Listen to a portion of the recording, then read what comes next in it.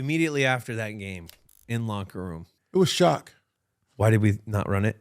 Yeah, I think that was what everybody was thinking. Was that everyone's mind? Yeah, I think P still thinks that. I think that's one of he would probably never say that, but I bet in his head a little bit that like he wonders if what would happen if he just ran the ball, right? I think most likely could did 2 quarterback sneaks. Yeah, that. Sorry that I'm thankful that they ran. Yeah. Welcome to Games with Names. I'm Julian Edelman. They're Jack and Kyler, and we are on a mission to find the greatest game of all time. And on today's episode, the 2014 NFC Championship game between the Green Bay Packers and the Seattle Seahawks with 11-year NFL vet, Super Bowl champion, 3-time Pro Bowler, and former teammate Michael Bennett. We get into talking the story behind his pads, or lack thereof. Yeah, my shoulder pads were super small. I enjoyed it though. You know, everybody would be like, "How'd you even?" Every game they'd be like, like. I don't care. I'm about to knock somebody out, though. His fight with Rob Gronkowski in the Super Bowl. I don't know. I just was like, man, they won. You know what I'm saying? Like, let's fight. You know what I'm saying? Like, and what it's like to play for Pete Carroll and Bill Belichick. In Seattle, they never really called out like Russell on certain things, but Bill would tell him out on everything. How's a guy who's been the MVP 4 times throw this fucking route right here? And you just back there like, dang, going off on Tom Brady right now. And then we hit the old hotline. You got to stick around to the very end. Let's go. Games with Names is a production of iHeartRadio. January 18th, 2015. Century League Field, Seattle, Washington. With back-to-back Super Bowls on the line, Russell Wilson throws a pick down, 2 scores with 5 minutes left. The Packers have a 99.3% probability to win. So you're telling me there's a chance? There's always a chance. This is the 2014 NFC Championship game. Yeah.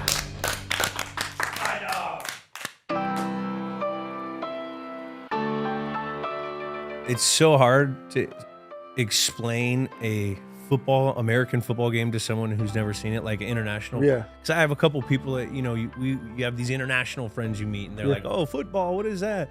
Like, oh, you guys stop every play. I'm like, yeah, it's very strategic. You got to get 10 yards and 4 tries. Yeah. The ball exchange when kicking is always confusing to them. Why are you doing this? They don't understand nothing. You try to get them, you're like... It has grown, though. Well, I get confused with rugby, too, because I don't understand it. I'm like, but why would you want to get hit like that? And how much are they paying? Like, that doesn't make any sense. Don't they make money in other countries, though? Who? Rugby players? Rugby. Like Australians? Yeah, they got to make money. Yeah, I was like looking at the Forbes yesterday. I was like, I told my wife, damn, I should have been a race car driver.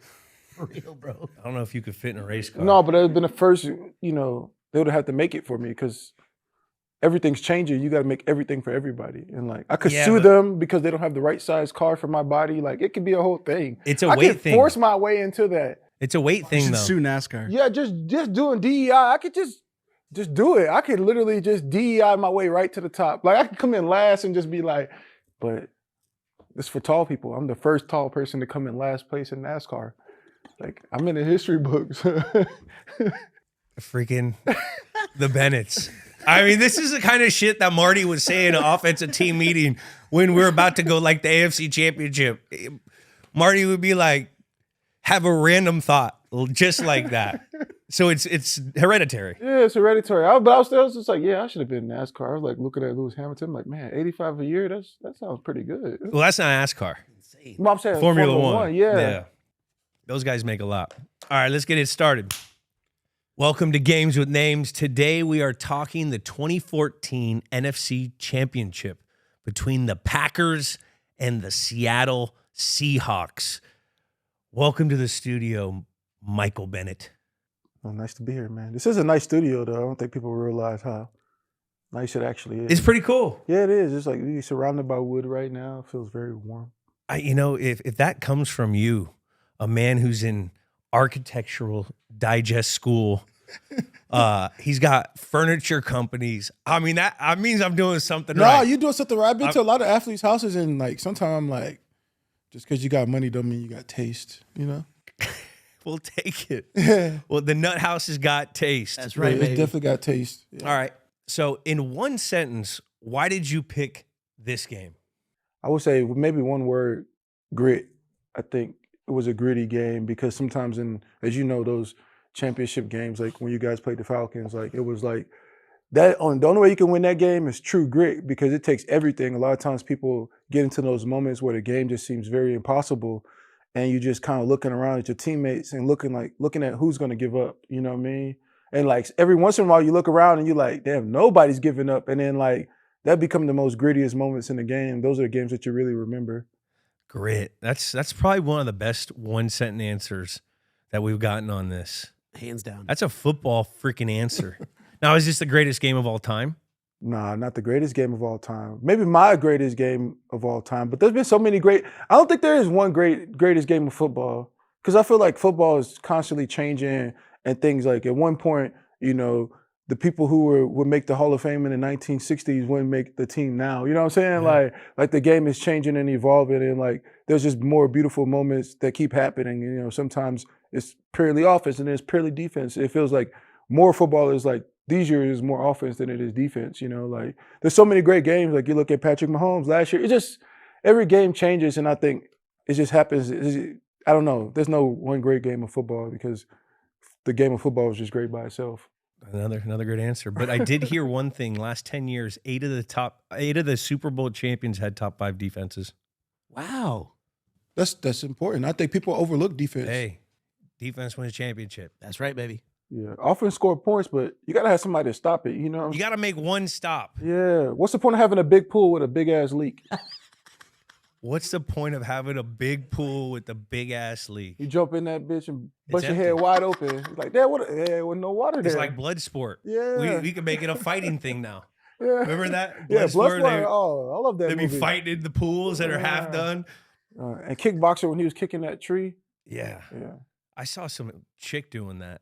I think she was from Russia or something. Those Russians are crazy. Man, people don't really give Jean-Claude Van Damme his Props. His props, like all these action movie stars, like this guy was doing his own action movie. Like this guy was like every movie back in the 1980s and early 1990s, like, you know, like you're watching it, movies with him, Time Cop. Like I love Time Cop. Like, Double Impact. Man, Double Impact. Lionheart. Right, Lionheart. Lionheart. Oh, and then the one where he was going on that trip and he was fighting and then he stole a guy's name in New York in like 1919 or something. Is that Time Cop? No, it's not Time Cop. It's the one where they were like, I can't even think of the name of it right now. I'm gonna have to text you about it. That's not Yeah. Double Impact, is it? No, it's the one where there was a championship. They had to win that championship, and he stole something. They left him in Thailand, and he learned how to fight. He Is was that Kickboxer? No, it's not Kickboxer. Same premise though. I think they all are. It's the same premise. I think though. they were all same. My favorite movie by him was Cyborg though.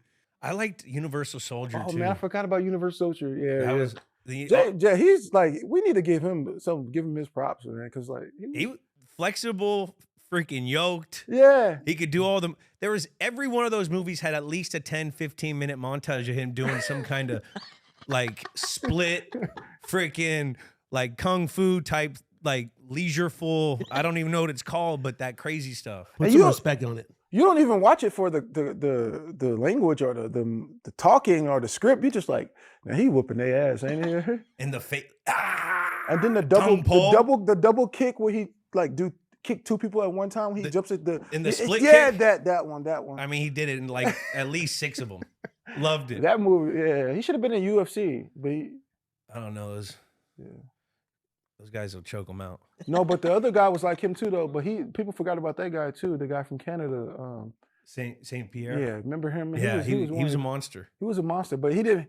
Unfortunately, he didn't be a part of the time where money was like a big part of it. you No, know? it was still new. It was still new. Like Conor McGregor, like he made so much money because like the time. He's a huge thing that catapulted the UFC, though. He was like one of the first real big superstars of it. That's true. We had Dana come on and talk about it, and he was loving that up. I mean, I know they have their things, but Yeah. like he's very appreciative of Conor because of his world success. Yeah. So clearly nowadays, your daily life schedule is watching a lot of fighting. You're a big fighting fan. I love What does fight- today look like now that you are Our retired? average day. Average day. What are you doing these days? Average day, I wake up, make myself a barista coffee myself. Got my own coffee machine. Get my own beans. Now, what's the coffee? I like this one. I got this one from Colombia. I was just in Colombia for. Is it espresso or is it a coffee? I do espresso sometimes, most of the time, but then I do make my own. I like flat white, so I'll make my own flat white. But I have to get the machine. The froth. Yeah, do all the frothing shit is hard though, bro. It is. It's a mastery. Like I actually have a lot of respect for Starbucks every time I go there now. Like at first I used to be like, damn, hurry up with the coffee, man. I got some shit to do. You know what I mean? But then I'm like, hey man, calm down. The shit they doing is very hard. I tried it at home, you know, like I'm empathetic to Starbucks at 5 a.m. The little tree they make is not easy. The little tree thing they make with the milk is not easy. That's art. And you got to spell the name right? Yeah. Come on, man. That's some art, you know. But I wake up, make myself coffee, take the kids to school, jump into meetings because I'm designing so much stuff. So it's like I'm always like meeting with manufacturer and the team and like, you know, contractors, just designing really kind of mostly what the day is. With Studio Kerr? Yeah, yeah. Can you explain what is Studio Kerr? Studio Kerr is like, I guess it's a moniker, the studio name that I use for my design practice, which is, it means home in Wolof, Senegalese language. When I retired, I went to interior design school and architecture school, and then I just started designing after that. My brother always said I had great taste, so he was like, it was super easy to go into design. But I always didn't want to just go into the design like from a sense of like this highness level where it's just like I've made some money and I'm just gonna not do it the proper way. I think because I went to football, it's like going to school with collegiate kids. I mean, the first time I went to school, you know, that first time was all about going to NFL, you know? Yeah. It was like, what? Nah, I'm running a sprint, you know? But this new time was the second time I went, it was really about learning. It was learning. It was like, it was very good, but it was like, I was like, damn, I don't know how to use a computer. I was in that bitch like, I didn't even know the computer could do all this, you know what I mean? Like, I'm just straight up like email and looking at WorldStar and then, you know, and then. I'm 100% in the same boat, dude. Yeah. Like now that we've made this production company, we got all these Google Docs and we have, you know, the workplace. I'm like becoming a little bit of a, you know, IT guy. How many Google Docs have you actually opened?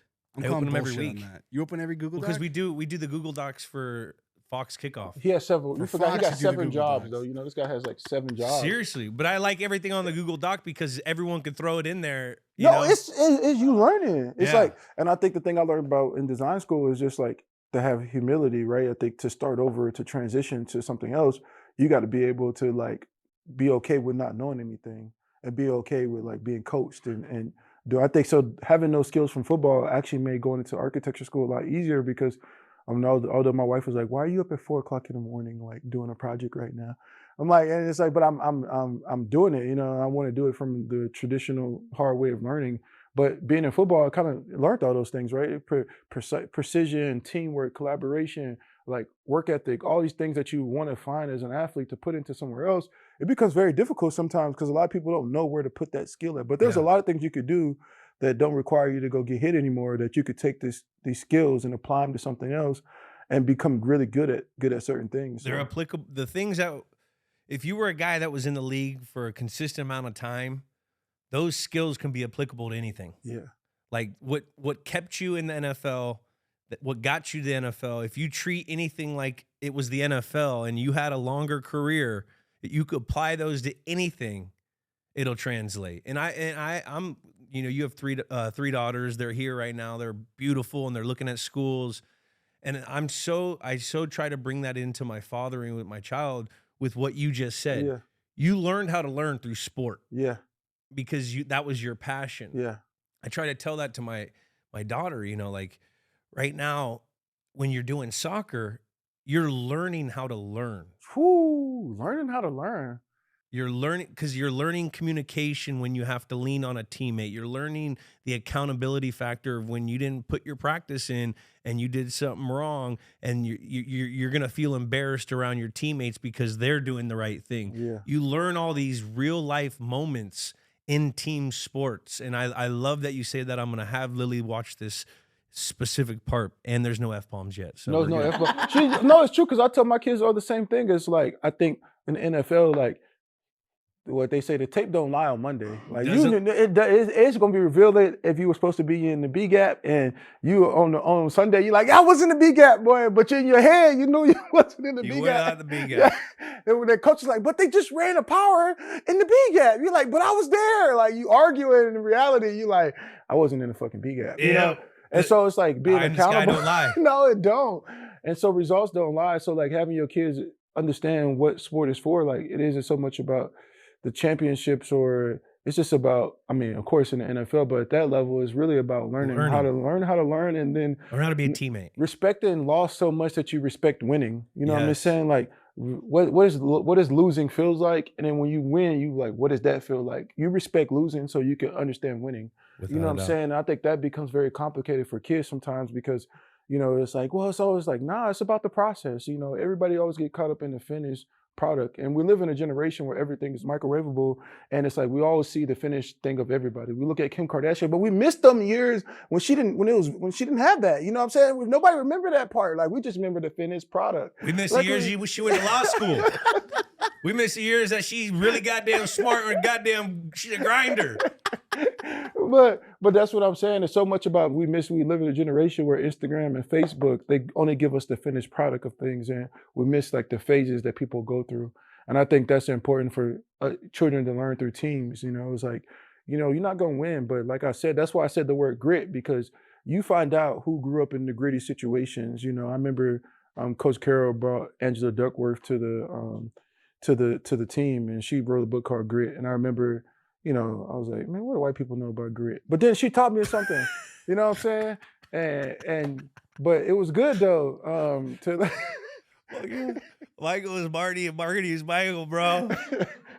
Go ahead, keep going. But it's true. It's like you got to have grit to survive, right? Because it's like only the strong do. And it gets more complicated the more wealth you achieve. And how do you teach people that have to have empathy, to have understanding about other people's experiences, to respect the journey of others is really, really hard. So your daddy's right, literally. Practice. Now, talking about your team, you came from a household of 6. Your family was military family. Yeah. You're moving around a bunch. What was that like? What was growing up in the Bennett household like? Man, growing up in the Bennett household was very fun. Me and my brother are very close. Like my parents got divorced and my dad got remarried, and then we went separate ways. But then we also kind of always got together as a family. Like my brother and my other sister lived with my mom, and then me and my brother lived with my dad, and then my dad and his new wife had a baby. And then it was like a blended family. So like I feel like America is kind of like this, like traditional families. And it's just kind of blended, right? And I think we grew up really between Texas and Louisiana was like the main place, but like growing up in California, living in San Diego, living in Bremerton, traveling around, being in the military, I think I feel like I was born to go to NFL, because I feel like that's kind of like how things are in the NFL. Like you were lucky you were on one team for a long period of time, and a lot of guys got to move around a lot. But you earned that though. I'm not saying it was given to you, but you earned that way to be on one team. And a lot of times you moved around, but I think as a kid it was kind of like seeing my dad in the military. My stepmom was a teacher, and which that was really great because I got to see how school systems work. But it was a very traditional family. Like we had dinner, everything, but it was a sports family. Me and my brother, we just played everything together. We shared a room. We did play college football together, high school football together. The only time we didn't play together was in the NFL. We did have a chance though when I was coming out and to go to Chicago, but then my brother was like, you know what, you stay in Seattle because it's like that's your thing, you know what I mean? And plus, once I called and they said Julius Peppers was leaving, I was like, I'm good. I thought JP was gonna be there, so I was like, I always want to play with Julius Peppers, and he was leaving. But growing up and just moving around, kind of like, and you know, being from Louisiana and growing up in Texas, they're very close. So I got a lot of times, you know, spending during the school year in Texas, then going home to the countryside of Louisiana during the summer times. Learned so much. I think that was kind of where we kind of like play football, and we would want to be Alvin Harper, want to be everybody, the Cowboys. I grew up, my favorite team was Tampa Bay, so I always was like Tampa Bay. Why? I just love defense. I love Warren Sapp, Rondé Barber, everybody, John Lynch, Brooks, Shelton, Derek Brooks, Winfield, Barber. Yeah, Barber, Greg Spires. Like this just had tons of people. Mike Allstott was an Mike offensive player. Oslop, But he Ward played defense. Dunn, He looked like he Keyshawn had- Johnson, like, you know, everybody, John Gruden, you know what I mean? Yeah. Before John Gruden got hit with the racist thing. But you know, hey, you know, can't hey. It's, you know, it happens, yeah. Like, John, I mean, you never said anything to me, but you know. But I just loved the Tampa Bay. It was just defense, you know. So it was like seeing all of those guys, Rush the Passer, Warren Sapp, and just everybody, Booger McFarland, like that was my team. So I just run Tampa 2 all the time. Tampa 2. In Madden. Madden, that's all I ever did with Rondé Tampa Barber. 2. Then Blitz Rondé Barber. Yeah, I think everyone. What years were those? 99, 90, Yeah, 'cause 98, I think Ward 2000. Dunn was on the cover, wasn't he? Yeah. I believe, yeah. Shout out Monty Kiffin, Tampa too, baby. Monty Kiffin. Oh yeah, Monty Kiffin was the And innovator. that defensive tree though, like sometimes when I play for Tampa Bay, like when I used to go up there and look at that tree, be like, dang, Who? Tony Dungy, Raheem Morris. He was head coach there for a second. Yeah, he's a head coach, but he's also Like was 22 years old too. He was also a part of like the younger tree, you know, like looking back when they just had all the extra coaches, like it, and then knew they had Mike Tomlin. They had who else they had? They had so many coaches on that team. But it was just crazy when you just go up there and see Herm Edwards. It's just like a lot of great people on that team that were coaches, and you like look back and like, dang, not only did they have a Hall of Fame staff of have a Hall of Fame players, but they also had Hall of Fame staff and coaches. Like all those guys became head coaches and made their own impact in the game. Like Mike Tomlin has been coaching the same team, you know. Hadn't lost. Hadn't had a losing season. Yeah. Been pretty impressive with no offense this year. Yeah. It's been crazy. Are you still watching ball? Man, come on. I love football. I watch football. Like I watch it on YouTube though. Yeah, just the highlights. Yeah, I watch the 10. Like I gotta get the 12 minutes in. The 12-minute. Yeah, get the 12 minutes of it in. Like it's like like you know what I mean. Like the 2 hour, 3 hours of watching one game. I don't know if I have. Sometimes I'll do if it's like a really key game. That was my first thought when you were living in Hawaii. I was like, how do you watch ball? I With that watch it time later difference. on. Like Yeah. I get to go to the beach and do all of the earthly things, and then I Heck come yes. back and be like, yeah, well, How is it living in Hawaii, bro? oh, I love it, man. That's gotta be amazing. It's super. It's a. I think while I was playing in NFL, it made a lot of sense to like, you know how the season is kind of hectic and it's just like Reboot. yeah, it's like a reboot. And then sometimes you go back, you like, how did you even do that? Like, how did you even like it felt like just like a whirlwind when you think about it. Like you really just getting up to get beat up again, then to get beat up again, then to do it again. Like you go back, you're like, that was kind of amazing. Like for us to like go through all that, but like being in Hawaii after the season would always be grounded in with my family, and then like living there just made a lot of sense after. I just stayed there really because it's just a beautiful place. It's beautiful people. People are really nice to everybody. You know, it's a very family-oriented type of place. So The Hawaiian culture is so fascinating to me. I mean, I grew up in the Bay, so we grew up around a lot of Pacific Islanders like Tongan, Samoan, Hawaiian. I went to San Mateo, so there was always the Hawaiians that came over. And like I never got to experience it until about 2 years ago. That was the first time I ever went to Hawaii. Yeah. And I was like, man, people are so nice. Their culture, they're very traditional with a lot of like their old like hundreds and thousands of year generation like culture traditions are still intact and Yeah. stuff. And they're warm people. yeah, they are. Like the most loving, coolest people. Don't now if they're on a different football team, they'll rip your head off. Yeah, they rip your head off. Still yeah. there. But Brave. if you're their boy, they love you. They love you. They love you. That's what I like about it too. It's like it's always that thing that's always really complicated when it comes to culture. Because how do you take culture and then also fast forward to make it modern? And I think sometimes like you find ways that Hawaii does a good job of it, being able to pay homage to the past, but also live in the present and kind of talk about the future, what the island will kind of feel like. So I think when you think about the politics of all that, it's super hard to keep a culture intact over years and years and years and generations, right? And I think that's what makes Hawaii really cool because they do that, you know, and all the little things in Yeah. nature, the trees, learning certain Hawaiian words. Similar to New Zealand. New Zealand's like that too. When you go to New Zealand, it's kind of like the Maori culture and like they kind of keep it. In Morocco too, like you're in Morocco and you're like, well, I guess a lot of good places that really have culture like that, you know, you think about it like the Moroccan tea though. I used to love Moroccan tea till I realized it was just sugar. I was like, God damn, 3 cubes of sugar for one. I never had it. 4 ounces of tea. That's a Is lot. this like sweet tea? It's beyond sweet tea. It's beyond sweet tea. It's Moroccan tea. We're gonna check it out. yeah. Get And on like the that. guy smiles at you, and you're like, whoa, he has no teeth. He's like, It's probably it's because like you more drink- sugar. You're like, no, I'm not gonna end up like that. No, I'm good. I'm good. Now, you were undrafted. What was it like getting your break into the league? Man, that was super hard though, because it's like being undrafted is just like it's the hardest thing because it's like you get the last rep. It's like everybody eating, they be like, "What's left over?" You be like, "Damn, man, there's a little crumbs there, huh?" Yeah. Yeah, like y'all just left the tail of the chicken wing. So it's like, it was just really complicated because it's one of those things where you have to like really go as hard as you can every single practice. Every single practice is a championship game for you. Every single moment, to the point where people have to tell you to slow down.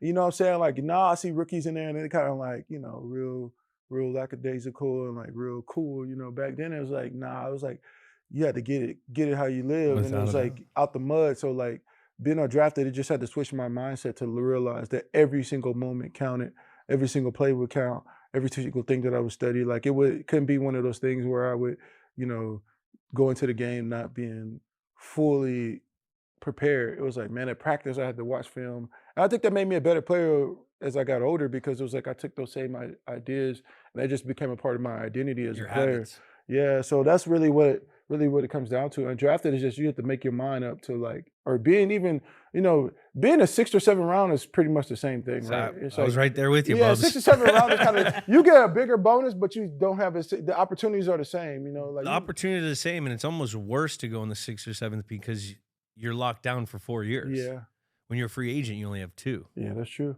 So like, it's cool to get a $49,000 check, which whatever it was a lot of money to me at that time. Yeah, But it's the same, that's a vacation for some people.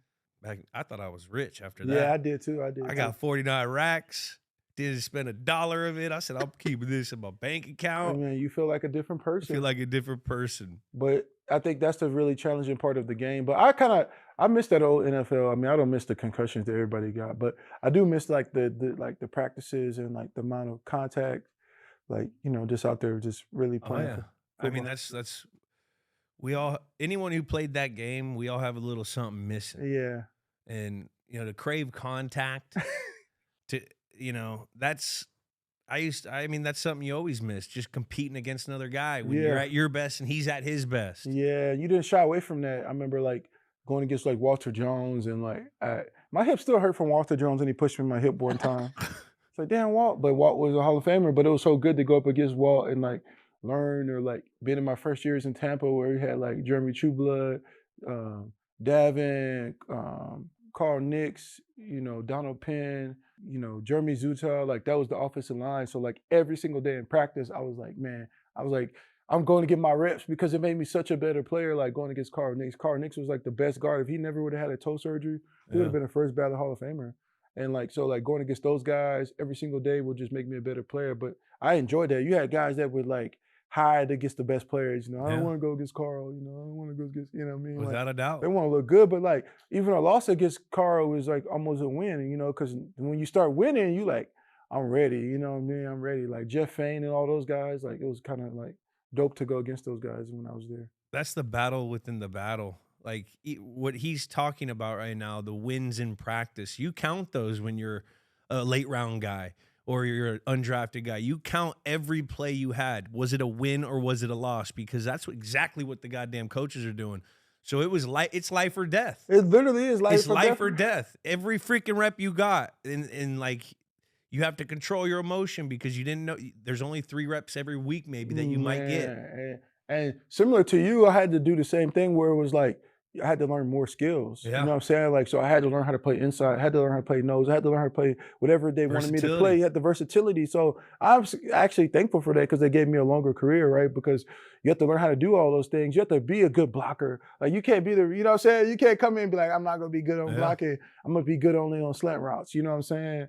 And it's like, you have to learn all those skills to become a better player. And I think that was something that really helped me kind of grow as an NFL talent.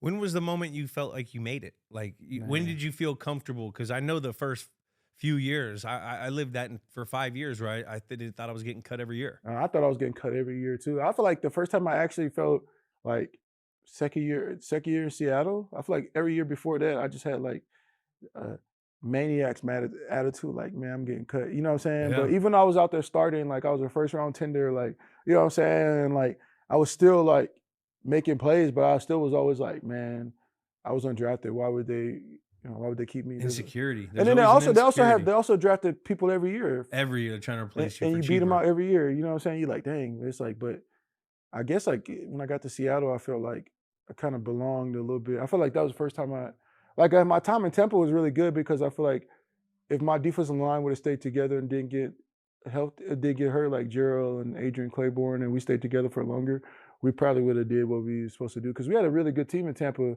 Like we had Aqib Talib, we had Kellen Winslow before, you know. Yeah.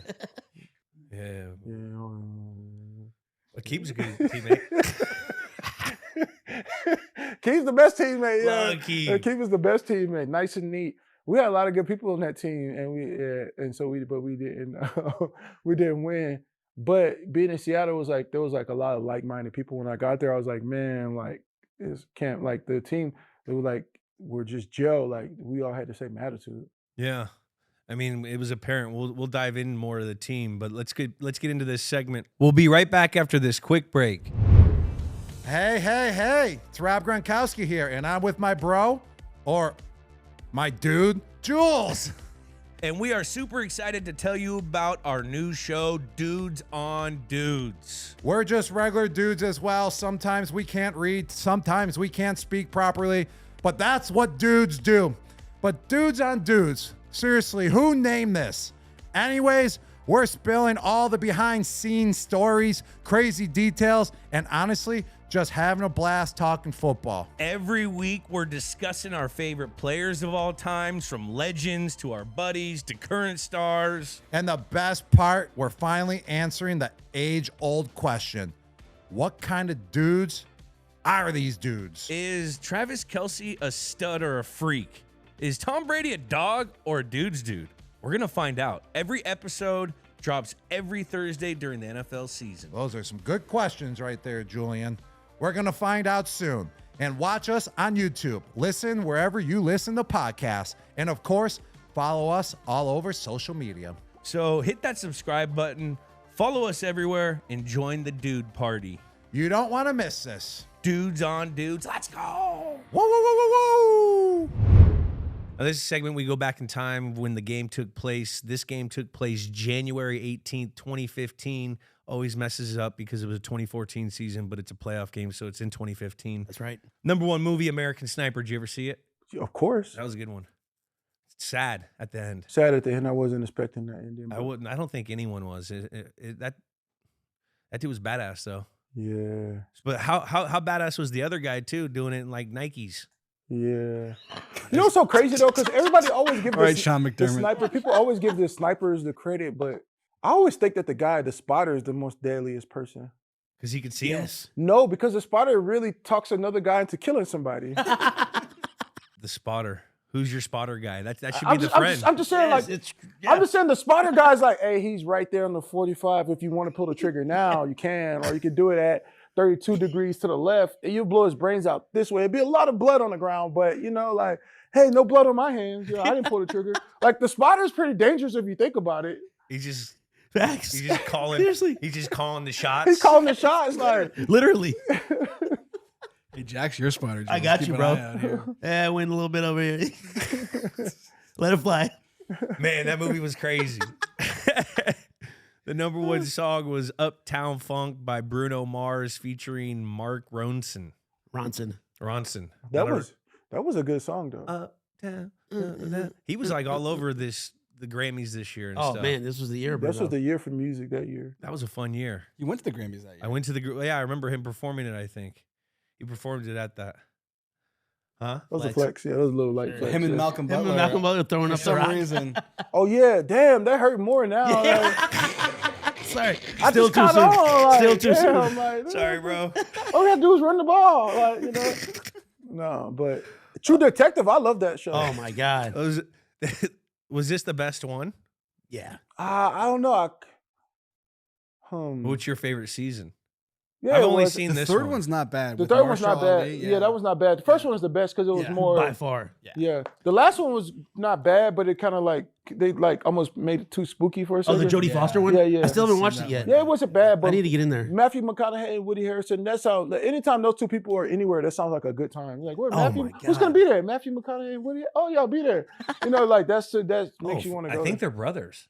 Really. They seem There's- like there's like heard there's that. lore. Yeah. There's lore that they're brothers. If you Some look at shady it, dad happening around there that they conferred that maybe there's some stuff going on. I think they could be brothers. Wow. You ever see Woody in Hawaii? No. Oh, He lives. I think he lives in Maui though. Oh, okay, that's right, Maui. My bad. So this was also when this movie came out, or this show. This was like the first big show where like movie actors I felt were going to doing Yeah, the they- HBO shows that Yeah. were like movie actors. I'm like, what? They're doing a TV show? Yeah.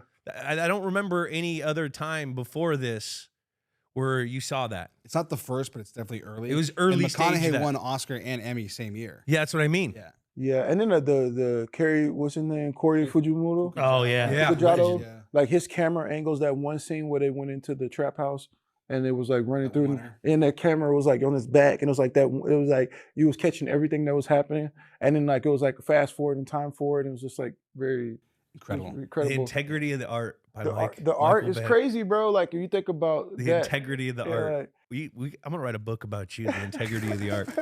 Post Malone drops White Iverson on SoundCloud. That was a pregame. That changed white America.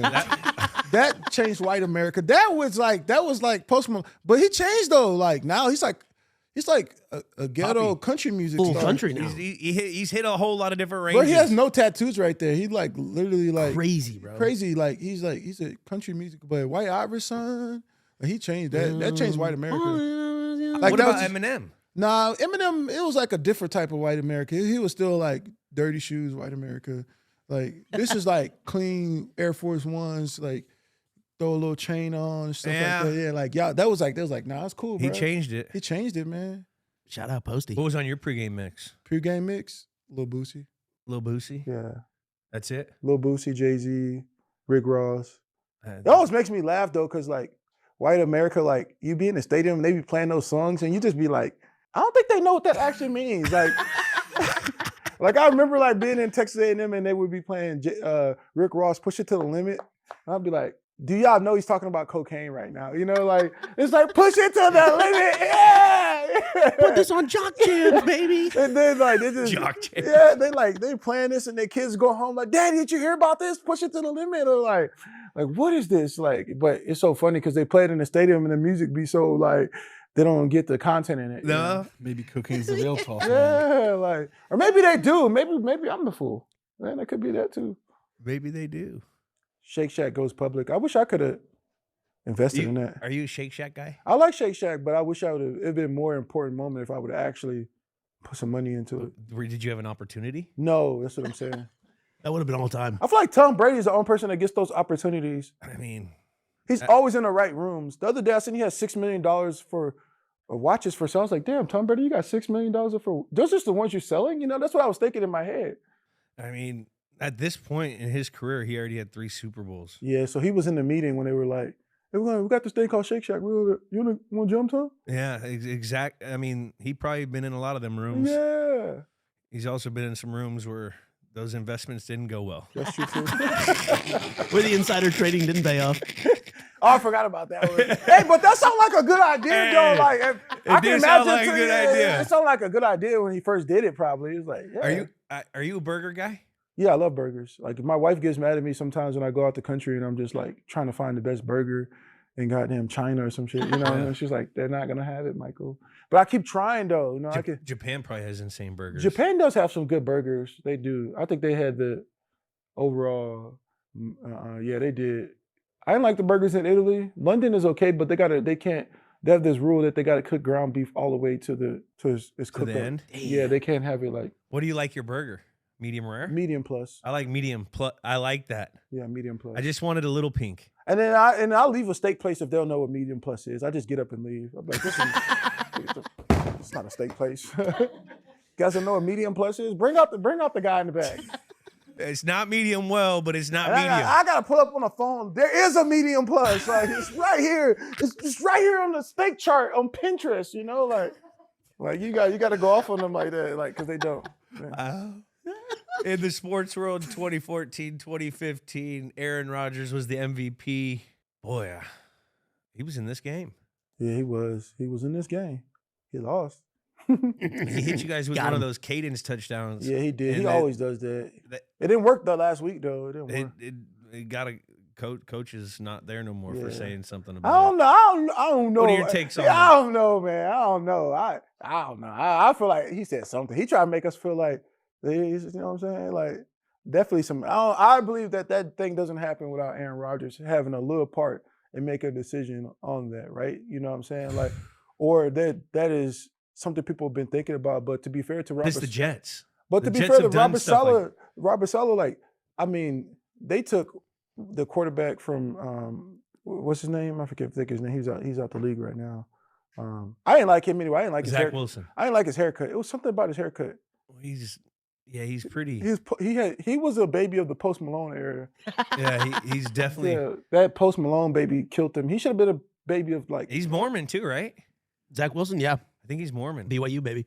That was the beginning of the end right there. Like they just could never get the quarterback situation right, and they thought going with whatchamacallit with Aaron Rodgers, they wanted the big name so bad, but it's like there's been so many great quarterbacks that they missed out on. Lamar Jackson, goddamn, you know, it's Could've just had CJ Lamar. Stroud, Sam like Darnold. you know what I'm saying, like Sam Darnold. Sam Darnold was in the room.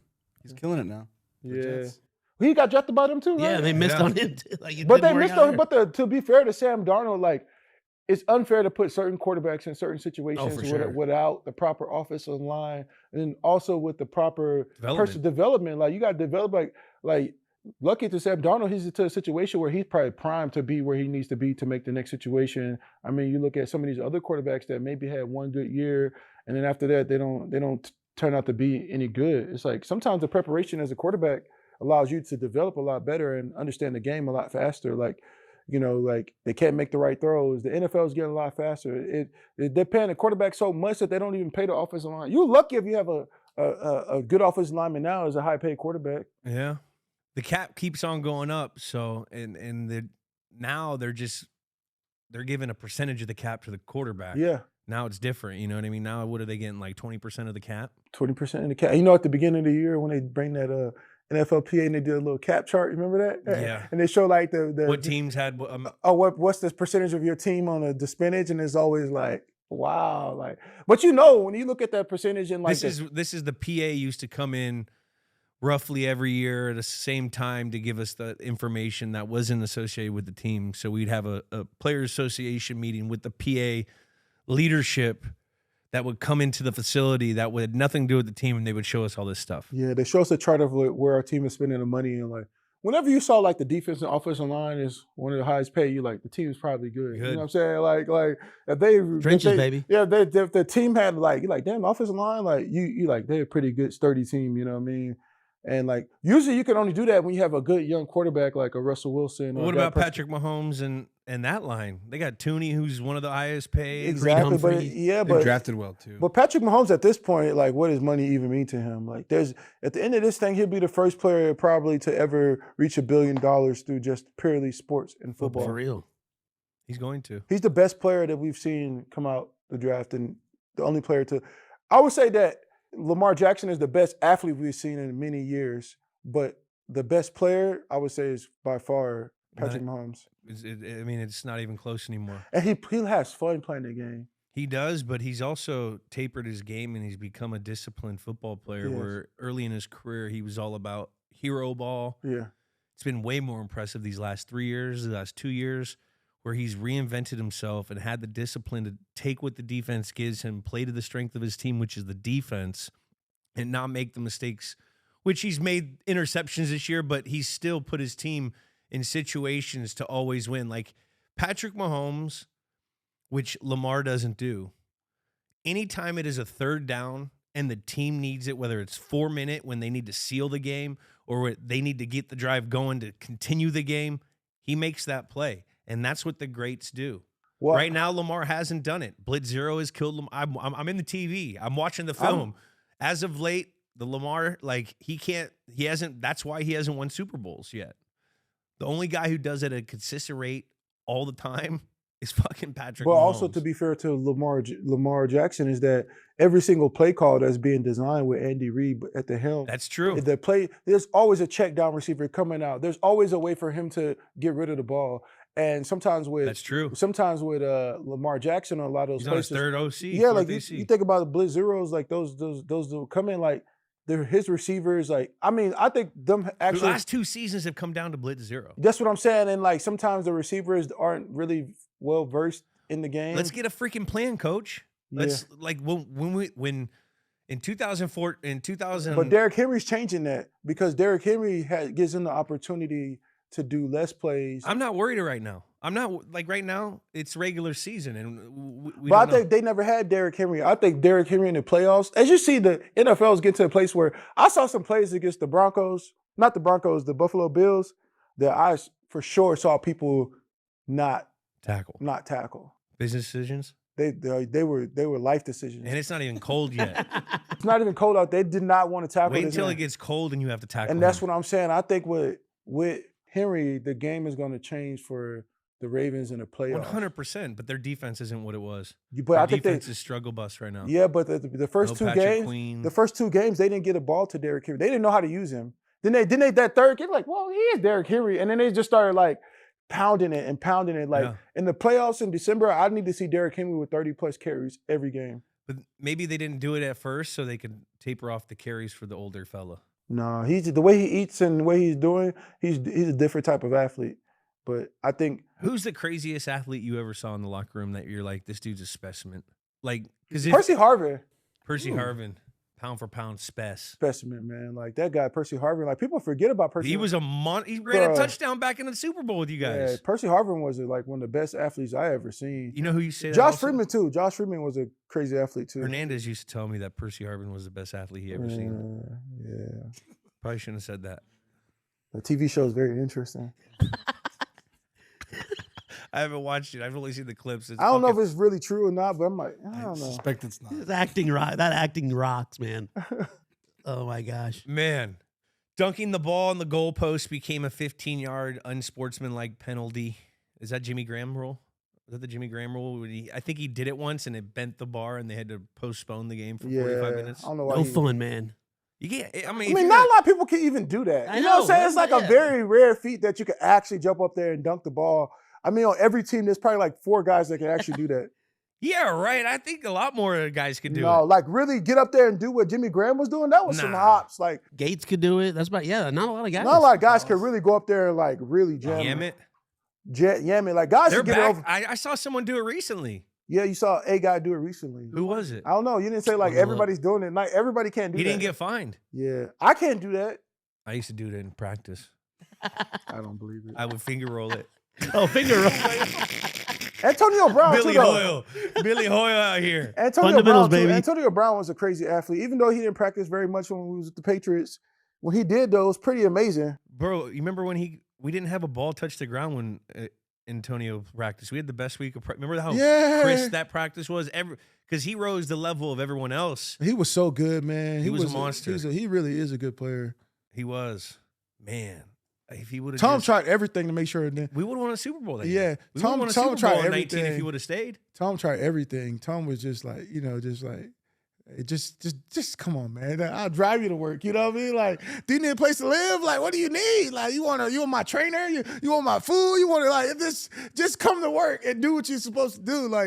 Like Tom knew, like he was literally trying to get him to like. Guy loves to win. That guy loves to win, Guy man. loves to win. Man. But Speaking that, of winning on that sack dance, what is this? The Rick Rude? yeah, I think everybody grew up being a WWE fan. I mean, There's like, WWF at our time. I know WWF, but you can't even say anything because like you can't even like anybody because like if you like somebody like and you like them and you posting that you like them, like 2 years later, like people can go back and look at your post and then the guy turns out to be like a killer or like might be Diddy or something. You know what I'm saying? Like it could be anything. Like and then all of a sudden you're like, yeah, I gotta knock my post down. So like even with Vincent Mann, it's like, damn, Vince.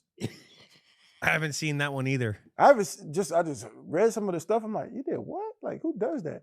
But anyway, I love WWE Yeah. and like, Rick Rude and all those guys growing up. It was something that Really like so. Did you ever get fined for a dance? They told me I could only do two pumps. Two pumps? Yeah. Key and Peele rule, man. I know. Yeah. 3 they was like that's too much. Hey, Stop it. Yeah, There's something wrong. 3 gyrations is too much. You always knew that It was just right. I don't even want to say his name, but there's a ref that was always a little stickler with all that shit. Yeah. I don't want to say his name, but he knows who he is. Looking at you, Cleet Blakeman. Scott Novak. Fucking Scott Novak. Look, looked like a principal out there just trying to hold court always. Didn't even let you jive with them. And the crazy part about the referees, they all have like good jobs. Yeah. You like, what are you like? What are you, They're all like lawyers yeah, and doctor? judges Yeah, and it's shit. like, what do you do? Like, oh yeah, I'm a medical doctor. Like, it's like what?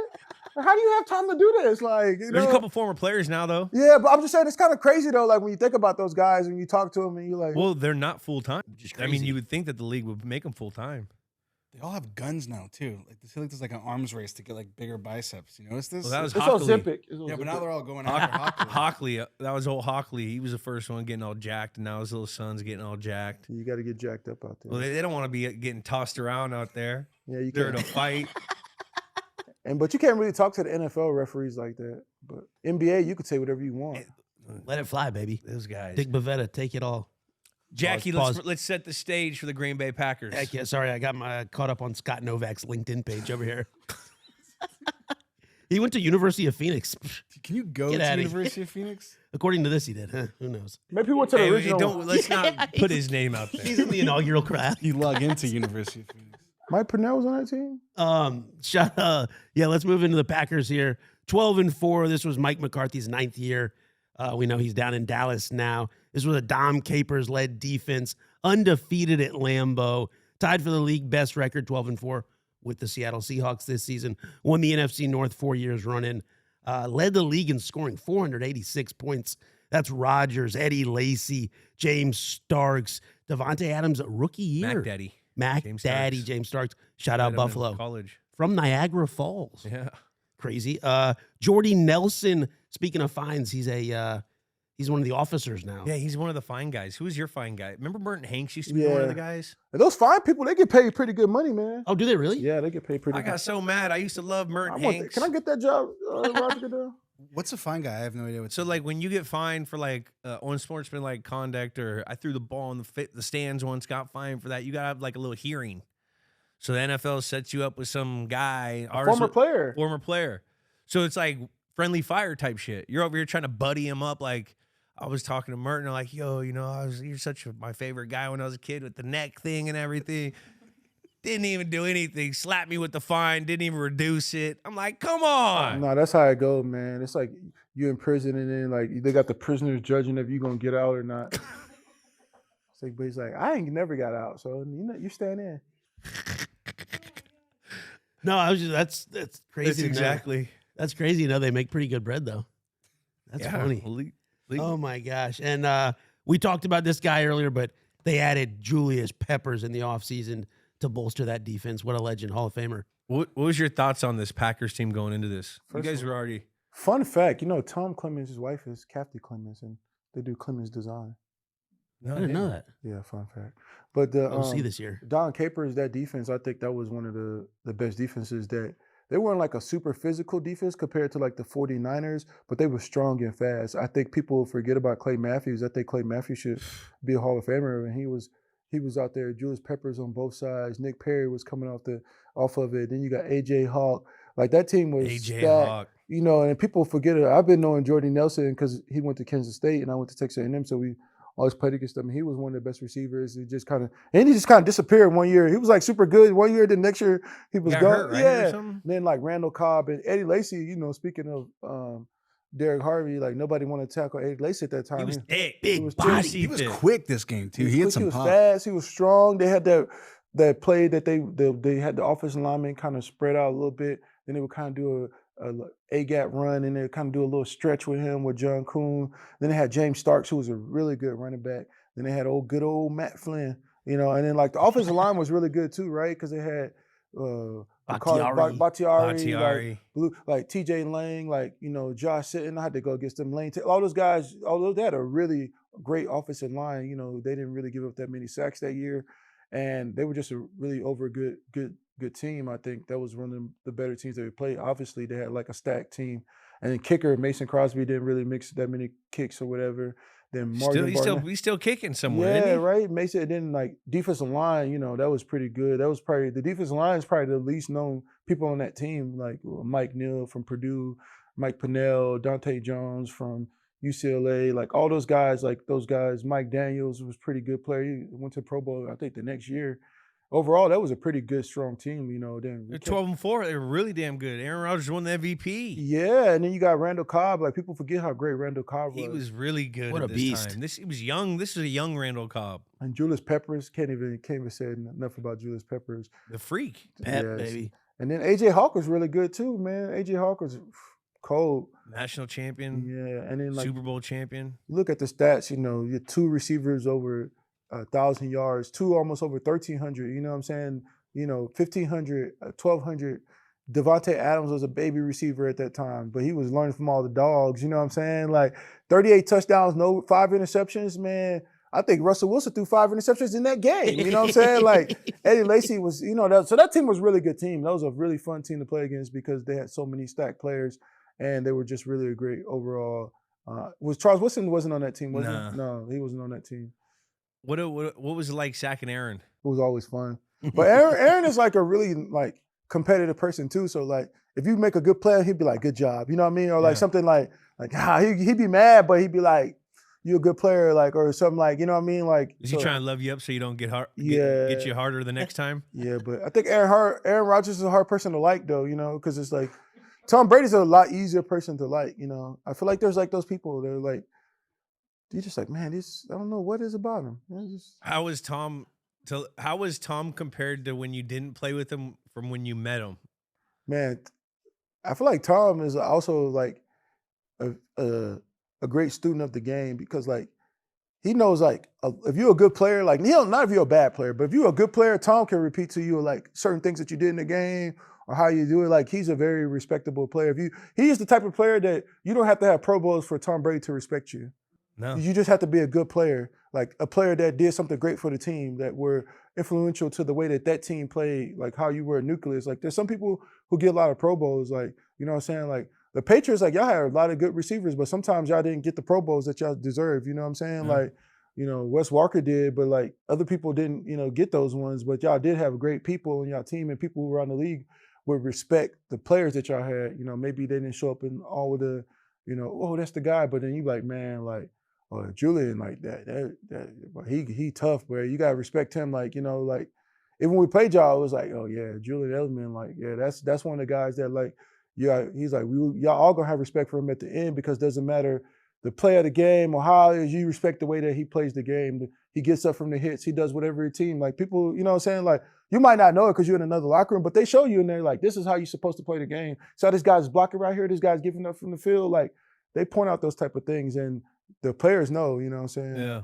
The fans may not know. And Brady did that with guys. You could tell that, yeah. He's a fan of the game. He's a fan of the game. Yeah. Belichick is too, though. I even think that Belichick could take a guy to just, I don't know if Belichick even, he just wants to know what the guy's thinking, you know what I'm saying? Like, he's like a really like, so what do you think about this? You know what I mean? Like, Belichick just respects the players too. Like certain guys, he just respects us in the league and they always end up there, but they don't, you know what I'm saying? Like, there's a place where sometimes good players go to die, but Yeah.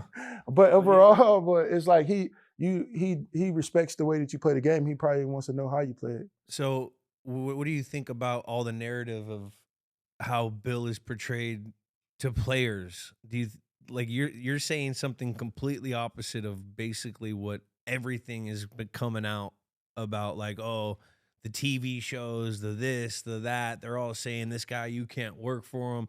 What was your experience being an out? I just didn't like it there. That was the only thing I like overall. Why? I just felt like I didn't fit into the situation. I feel like I just was a completely different. It's like I just came from like a very free spirited place, like the small, like having to wear knee braces at practice. I'm like, I didn't ever do nothing like that. You know what I'm saying? Like it's just stuff that like even like I like playing for Bill Belichick, like, going to the meetings and doing everything. I didn't like my position coach because he didn't know nothing about defense. You know what I'm saying? Like defensive ends or nothing like that. You know, so but overall, my experience with the Patriots was a good experience. Like I said, I just wasn't used to like living in the country and all that type of shit. Like people don't know, man. Like playing for New England, bro. Like you, like few of y'all lived in Boston, but everything else around New England is like, oh my God, where am I? Like I never ain't nowhere to eat. I'm just like, Hey, there's what's Dunkin' going- Donuts. I'm like, where am I? But I don't know. I feel like I was in Pleasantville or something, man. I was just like, bro. What made Pete Carroll more free spirited? Well, Pete didn't really like bother us that much about certain things. You know what I'm saying? It was just like you do your job, come to work. It was more like team type thing, and then like, and every team I ever been on, the defensive line was the most like one of the most important parts of the team. 100%. You guys were the best. Yeah, so like whatever is like that, like in New England, I feel like it's more about the secondary and the linebackers. You know what I'm saying? Like if you're a linebacker, like you outside linebacker, you got more opportunities than a front defensive lineman, like a 3-4 defensive lineman. Yeah. But I do think if I'd have went to New England like starting off, then it would have been completely different. I think I would have like fit in way more because that would have been the system that I know. Yeah. And then I feel like with Bill Belichick and my skill set, I could have been really good in that system. But where I was at, like just coming from Philly, like it was more like line up wide and just go. You know what I'm saying? Yeah. It was never nothing about the plays. I like the plays that was called. Like I just like it's like the teammates in New England were super great. You know, all the guys, it was super fun to hang out with. It was just always fun in the locker room. But I was just like the team was completely different. Yeah. It's a different place to play. It's completely different. It reminds me of like a college town kind of like Yeah. we play at 1:00 and it's like very, you know, corn on the cob type shit. You know what I'm saying? I'm like, what's going on? Like, yeah, corn on the cob. Whole town shuts down. Yeah, whole town shuts down. It's just like, but Were the practices different? Because I felt like he practiced us hard. he did practice us hard in a situation completely different because I also too didn't like I got hurt in New England like at the beginning of the training camp and like I broke my collarbone. So I basically was there. And that's probably was too why I was also just like, man, like they want me to play 3-4 and I can't even lift my fucking right arm. Like if it was my left arm, I'd be like, okay, you know what I'm saying? But not my right arm. Like it's the one that I actually need. The left one I could have did without, you know what I'm saying? I could have like made it work. But it was like the right one, like my collarbone still sticking out right there. AC joint. Yeah, it was just gone. You know, I couldn't lift my arm up the whole time I was there. dealt with those. Those are the worst. Yeah, especially your shoulders go. You can't grab. You can't catch. Like and trying to hold up another lineman at 3-4, like at but we- 320 pounds, and that guy's a force. Like the shoulder. I remember shoulders are always go with the big boys because they're sitting and they're locking in. And there's so much goddamn pressure in between both 300 and 300 pound or two, whatever. Yeah. Like if a guy loses a shoulder, linemen were done. Yeah, and then I remember I didn't cuss the coach out, but I said something that was, it sounded like I was cursing him out, but I didn't curse him out. Yeah, you're just loud. I said a curse word, but the way I said it, he took it the wrong way. But I remember Bill calling me and was like, "Hey, Michael, can't have you doing that. Look, I want you to come in, but." Yeah, it's not. It's in. If you look in the handbook, page 338.9, you can't do that. You know, I'm like, let me look at 38.9. Yeah, he says it can't do that. So I'm gonna have to fine you, and you're gonna have to stay home this week. See you on Monday. Get some rest and be ready to go when you come back. I'm like, damn, Bill. That's not how. That's exactly. He brought out the number and everything. Yes, chapter 6, 30. Yeah. I remember when I came to New England, I was like, man, I want a couple more million or whatever. And then Bill was like, well, tell me why you need more. And I was like, this. He's like, okay, let me think about it. You know what I'm saying? But he's really like a type of person that if you give him like, he's really a numbers person. You know what I mean? Like it really comes down to like what you doing, how you doing it, why are you coming through? Like, and he kind of like going into his office is like, you know, you learn a lot. Even being at the Patriots meeting, like they never really like in Seattle, they never really called out like Russell on certain things, but like, you know, like, but Bill would call Tom out on everything. How's a guy who's been the MVP 4 times, has won the championship 6 times, and throw this fucking route right here? It's like you have never seen it before, Tom. It's like, and you just back there like, damn, he going off on Tom Brady right now. Let you know everyone's on limits. Yeah. And I remember the first meeting in preseason and OTAs or something, and Bill came in there. and he had like the little paper, and he like dropped, and it was like one of those things where it was like, I think he was just setting the stage to tell everybody, if you question me, shut the fuck up. But basically, because he was like, here's my credentials. Basically, it was like 7 times, like it was just going down the red. It was like 20 years of winning this, like 17 deep. You remember it was like all the stats of all the things, and you were like, it's like, so I know what I'm talking about. And I was like, yeah, he does. He like that. That's it right there. He right. He know. Hey, if we listen to him, so. Like, I had a good time there, but like I said, I just didn't fit into the defense at the time because it was kind of changing. Yeah, I loved having you in there because I was real close with Marty, and you were kind of like a little Marty-ish to Yeah. me, but I didn't get to see you in everyday meeting. But I'd always jive with you in the locker room because we'd always, defense, offense. We're kind of different teams, but Bill would address the team for 50 minutes, 45 minutes every morning, the whole team. Yeah. Which is probably different than anywhere you else have been in either. Yeah. Like, he'd break down offense, defense, special teams in front of everyone, so everyone heard the lashings of everyone else. Yeah. Just so, like, when you're walking down the hall. Everybody got it. You know what I'm saying? It was just like, yeah, you knew like that meeting there was really cool. And so I enjoyed myself there. That we went 9-1 the last 10 games. Let's get on to the Seattle That's Seahawks. crazy. Let's get into these Seahawks. 12-4. Pete Carroll, Dan Quinn led defense. Darrell Bevel coaching the offense. This is the 5th year of the Pete Carroll regime. We know about the Legion of Boom. They're looking to repeat. Started 3-3, and then just like Michael said, finished 9-1. They were hot. Beat Green Bay in the first game of the season there. That will little foreshadowing for this matchup here. Repeated as NFC West champs. Let's get in on some of these guys. Russell Wilson, Beast Mode, Marshawn Lynch, Doug Baldwin, Jermaine Kearse, Chris Matthews, who got hot around this time of the year. And then the defense. We know the defense, baby. Kearse, of course. Cliff Averill, Michael Bennett, Bruce Irvin, Bobby Wagner, KJ Wright, Cam Chancellor. This was stacked. Earl Thomas. Sherm. Now, is the Legion of Boom just a secondary, or is it the whole thing? I think it's the whole defense, but it depends who you ask, right? I think the Legion of Boom kind of started with their, before I got there, kind of, and I think it became a lot better once me and Cliff and T-Mac got there. Heck yeah. But I think it was considered the whole defense, I think. I mean, it depends who you ask, right? I mean, they do have a restaurant called Legion's, and Sherman Cam. It's pretty good. They got gumbo. Wait, really? I didn't even I know like that. any place that got gumbo, honestly. Heck yeah. Like, that's a sign for me to be like, yeah, that's like a good place. Good to go. restaurant. He's from Louisiana. Yeah. Never had gumbo. You never had gumbo? Until I went to like Ohio and like Ohio, that's not the place to get it. I know, but like all our coaches were from the South. Yeah, you that's know what true, I mean? too. So like anytime you go anywhere for the first, I was a California kid. Yeah, Then you go anywhere else, all coaches are from the South. that's true too. So like we always had like, the catered food would be like gumbo and barbecue, and Yeah. I never really had it. Yeah. Never had grits before college. Never had grits? We were oatmeal people. Yeah, y'all. We're on the cob, Yeah. Oatmeal people.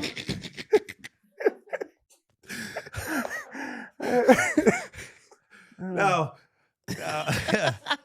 I would say the strength of the team, like when we were preparing for Seattle in the Super Bowl a few weeks later, the next week, it all came down to the defensive line because they could get pressure with 4 guys, and then everyone else was on a string, and everyone did their responsibility so damn good. But you guys did what you do. Yeah. You didn't change for really nobody. No, didn't matter. And, that was the thing about Dan Quinn and his defenses. They do what they do. Everyone's going to play on a string. They're going to get pressure with 4. And so the Legion of Boom, to me, has to be associated with the defensive line. The front box has to be in there. Yeah, I agree with you too. Because you guys played such team defense, and everyone swarmed. Everyone was super unselfish. If it was a screen, like you watch plays when I caught a screen or something, fucking Bennett would be there. The defensive lineman would be there. They would all swarm. Nothing was more. You'd always hear Bill would throw on a tape of Pete Carroll saying ball. Everyone after the ball, or does he say shit like that? Yeah, ball. Let's matter. Yeah. This all that matters is the ball. Yeah. You know what I mean? Like, So like we knew going into him that this defense, they swarm. They're gonna get pressure with 4, and then the secondary, they had Sherm back there, Cam. Earl Thomas was a fucking torpedo, and like you guys were insane. yeah, we were super fast too. Like Fast. Swarm. That's why it's like everybody was like Everyone was fast. everybody like I think the slowest person ran like a 4.6. You know what I'm saying? Like Yeah. like defense. So it was like a super fast defense. So everybody was like sprinting the whole time and I just remember like being on that defense and like we would make so many plays and like on screen games, returns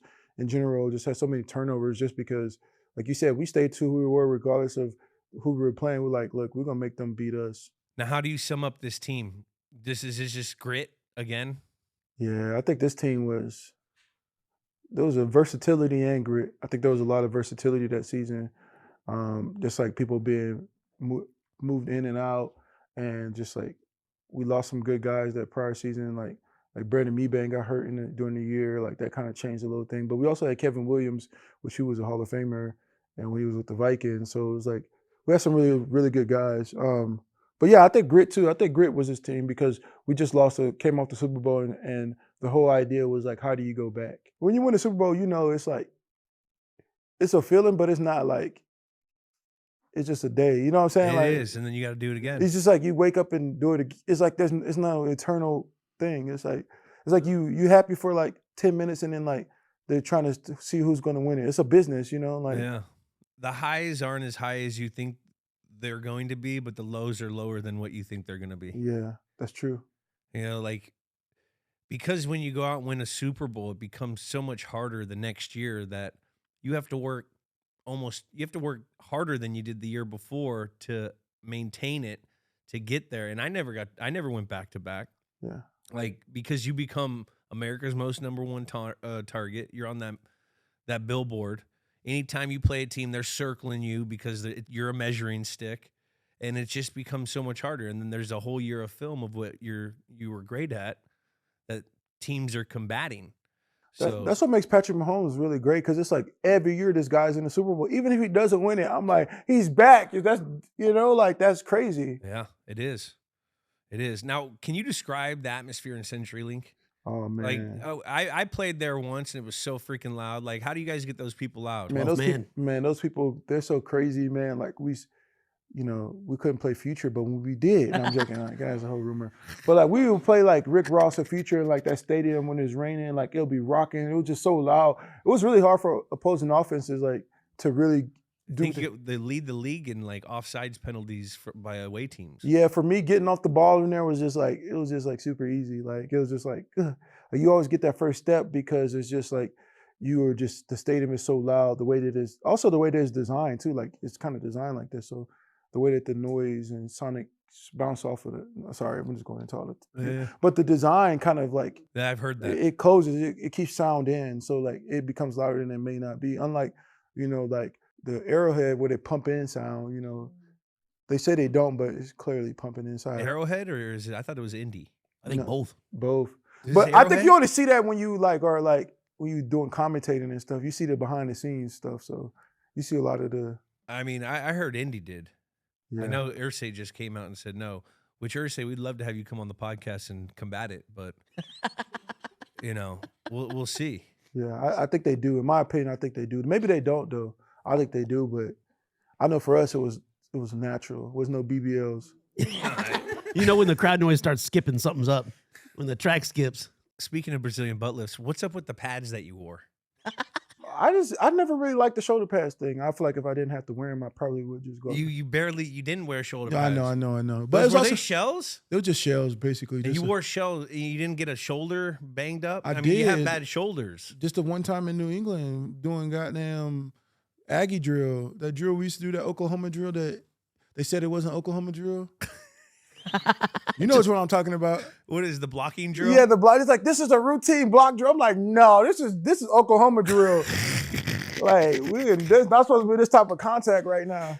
Did they call it like Tulsa drill? Yeah, like so something they different? changed. It wasn't Oklahoma, but it Who was you fooling? Tulsa. Who are you fooling? Yeah. But Tulsa's a place in Oklahoma. That's what I mean. They're too like, smart for their own good. Like, do you know Tulsa's a bad place for black people? Black Wall Street, they burned down. They're gonna name it after that. Like, but we did that, but no, I just always like to be movement, and I had my jersey a certain way, so I was really good with my hands, so it didn't really matter about the pass that much. It was also better so the offensive line couldn't hold you. Yeah, and then when I used to hit people, it was like like I was good at tackles for loss, so I used to always hit the running back before he got the ball. Yeah. So it was like more tackles like It was that. quick. Yeah, it was really quick. I never really had to like a linebacker. Maybe if I was linebacker, it would be different. But since Yeah. I was like, and also too, I grew up loving the way that Justice Smith played the game. He always had like, Zero. Justice Smith was one of my favorite players growing up. John Abraham, OC, like all those guys are people that I looked up to. Like, Wow. I used to watch. I remember same thing. Like when I became a receiver, you'd always want the smallest pads Yeah. because I didn't want, like when you'd rip and I'm trying to get under on a speed release, I didn't want him to get his shoulder pad or his hand on my shoulder pad. So the smaller surface area is better for you. Oh, it is. This is true. But there was a fine line because I get tackled and I'd fall on my shoulder and Yeah, separate it my hurts shoulder. Yeah. So like it was. I remember walking. I was like, is he wearing fucking shells out there? Yeah, my shoulder pads were super small. I enjoyed it though. Everybody would be like, "How'd you even?" Every game they'd be like, like, I don't care. I'm about to knock somebody out though. When did that start? I started when I was in Tampa. I used to always cut my shoulder pads, and the GM used to always be like, "You can't do that. If you have to do that, you have to sign a waiver." Did he? Yeah. Who's that? JR? No, it was Mark Dominic. Mark Dominic. Yeah, Justice Smith was a dog. I don't understand why Justice Smith's not in the Hall of Fame yet. I forgot about him, man. I was a Niners fan. But look, too. go back to that picture, man. Look at this picture of America. Like this guy's like he's bleeding on his hand. Like you don't even see people bleed no more like this in the NFL. That face mask? Yeah, like this is like that guy's really come out there to play football. Like this new football stuff. 2 fingers taped around the hands. Now guys got it like, I don't know, man. It's not the new Travis Scott's, like it's not hype beast, like this ain't the one that Jay-Z has on. Like Kanye doesn't have any cleats. Like that guy right there, like He looks like he eats cement. yeah, that guy plays football. Yeah. Like, that's a guy that plays football. Like That guy takes. those are the guys that I grew up watching. Not everybody's doing all that kind of stuff. That guy don't do that kind of stuff. No. He let the kind of guy that if he slap you in the back of your head, your neck might hurt. Yeah, Like, he definitely looks like he will slap you in the back of the head. Bull ring. The extended bull ring too. Bull ring. Oh my gosh. That's probably so you could get a finger in there when Yeah. someone's getting going Guys- like this. guys cutting leaking, fingers. bleeding everywhere right now. Man. Come on. I'm just saying. All right, Jackie, let's get into the game. All right, let's get into a little lead up here. As we mentioned earlier, there's a rematch of week 1. Seattle took that one 36-16. Finished on a 6-game win streak. Green Bay, on the other hand, finished winning 7 of their last 8. Seattle was the number 1 seed, got that first round bye. Beat Carolina in the division round 31-17. Green Bay, number 2 seed, first round bye also. Beat Dallas in the divisional round. That was a notable game. That was the Dez catch game. Remember that one? Is it a catch? Is it a catch? I think it was a catch. I think so I don't too. even know what a catch is anymore. It's so hard to define. I think that was his only time that he's able to get to the Super Bowl. I thought that was. I feel like Jerry Jones has done so much stuff that like God is like, when you die, you win a Super Bowl. But you can enjoy it up here with me. You won't get to enjoy it on Earth because you enjoy too much stuff on Earth. he got boats. he got a lot of stuff. And Because it doesn't make sense the amount of money that they put into Dallas at this moment, not to have won something. yeah, it's And that year was a great year. DeMarco Murray, Beast.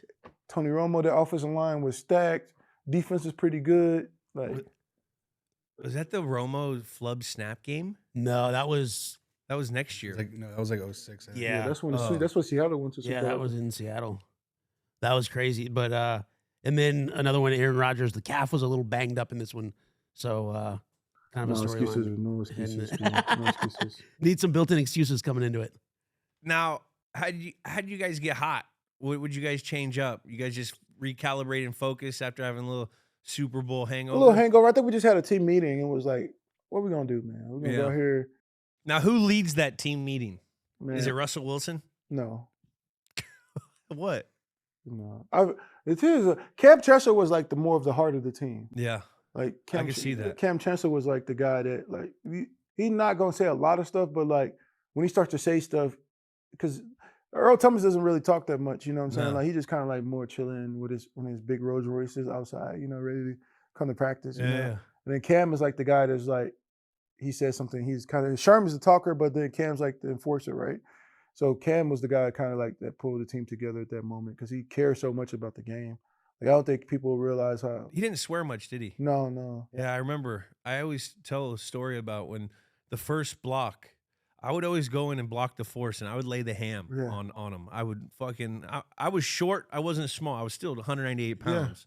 So I could go in and I could light a guy up to let him know the first play we're gonna be here all day. Yeah. I did that to fucking Cam Chancellor, and I got woozy. He like knocked me out damn near first play of the game, and he felt like he was rooted like a tree. He's a big guy, man. I don't think And people he's just strong. He wasn't even looking at me. He just gave me an arm, and I went in and tried to give him helmet to helmet because that's what you do as blockers. You want to give a little kiss. Yeah. And he fucking lit me up, and he knew I was a little jacked up. He says, "It's gonna be a long day, young fella," or something like that. it's kind of along those things like Cam Newton's the same way, right? Like people don't realize how big Cam Newton was. Cam is huge. Yeah, like there's some people that are just like genetic freaks, you know. And Yeah. like, so, you know, Cam came in there and we had the team meeting and kind of got it together, kind of bring everybody together because you're like, you know, people start finger pointing. Who's the success? Who's not the success? No, we're winning because of me. Winning. Like, no, we're winning because of each other.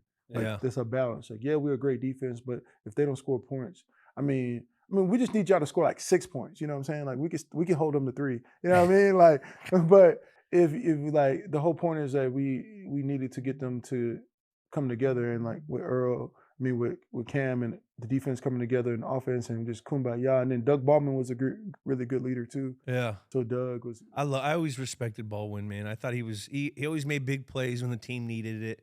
He always, you know, like you guys. He's you the guys black version of you. He could be. He was tough. Yeah. He blocked hard. He's the black version of you, man. Is he? Yeah. How is he? Is he the same size? Yeah, about the same size. He was good. I'll take it. He Yeah. scored some touchdowns in some Super Bowls now. I'm joking. No, but Doug is a super good player, and he was tough and he was tenacious, and he would like do the things like you said, like the blocking. He respected every part of the game. He was a student of the game, and I think with Doug and Cam like coming in, that kind of changed the whole thing. Is like, you know. Yeah. And so when this game was, I remember specifically, I was getting ready for the game and they delayed our game because you guys went to overtime. Yeah. It's like, what the fuck is going on? This is national football. These multi-billion-dollar corporations. Why are we postponing a goddamn game? Oh, because they want everybody to watch y'all. Yeah. They You know what I mean? They need to tune into the next one. Like, Yeah. if you want to watch this one, we're moving that one back. We own this shit. Go ahead. And so I go into the equipment room, and it was right when the onside kick happened. I'm like, no fucking way. Like I didn't realize until I started doing. I mean, I remember back in the day.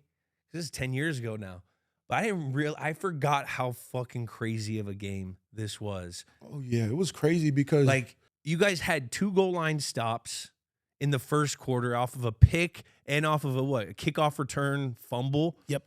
And like I'm sitting here like, how the fuck did this team win? And then we get back, and we'll get into the game. But like I remember specifically, I'm sitting here like onside kick. Wow, there's no way they're getting. And you guys got it, and then that's right when we had to go out. And Yeah. so it was crazy. because I think we only gave up 1 touchdown. No, yeah, 1 touchdown. It was the Cadence. Free Cadence play. touchdown. Yeah, and I think I jumped off sides.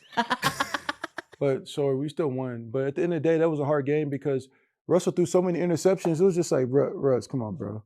Like, not 3 against this team. And that kind of happened the next year when we lost against y'all, but we had a kind of beat up season. But we still was able to like put it together. We beat the Lions, and then we went down to Carolina.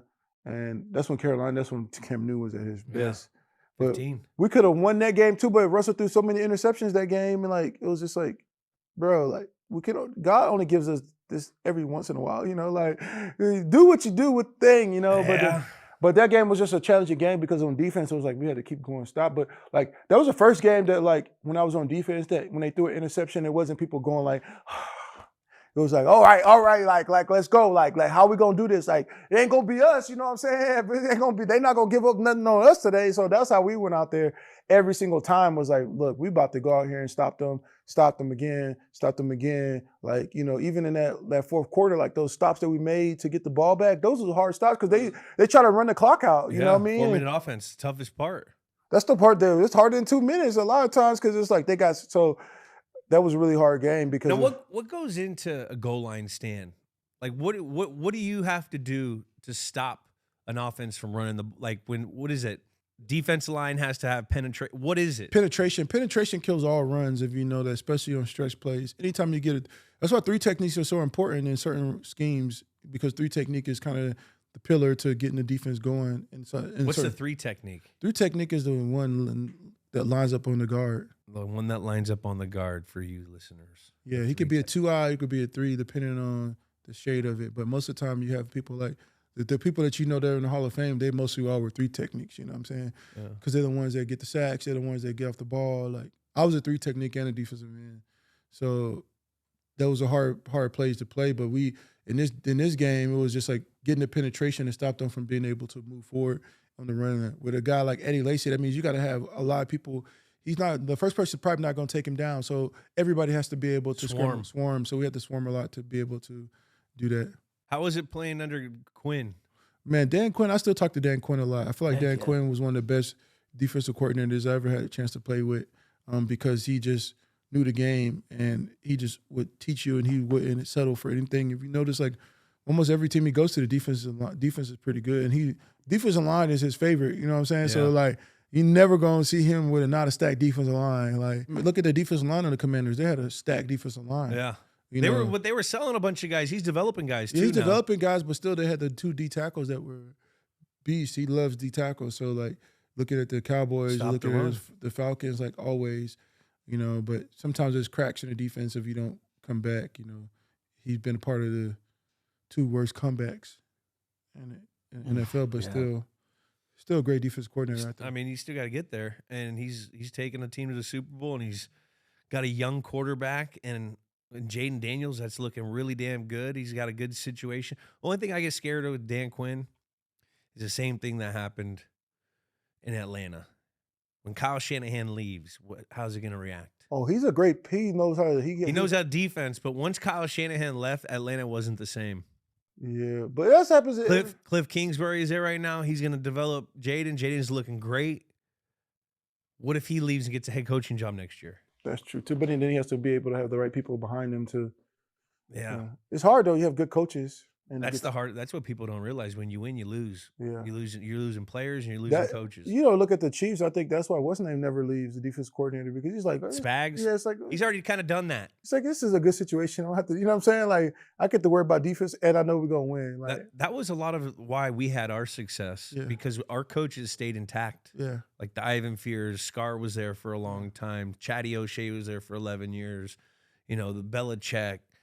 There was a bunch of guys that stayed. Yeah, we had Matty P and Flo and all those guys. Once they start, that's a huge part of it. But a lot of those guys be good coaches, but then it's different when you lead your own team because some of the tactics that you can't. You got to learn how. You got to learn how to be your own figure. Yeah. You can't just go try to be Bill Belichick. Yeah, and that don't. Everybody don't. Yeah, it's hard for other people. Yeah.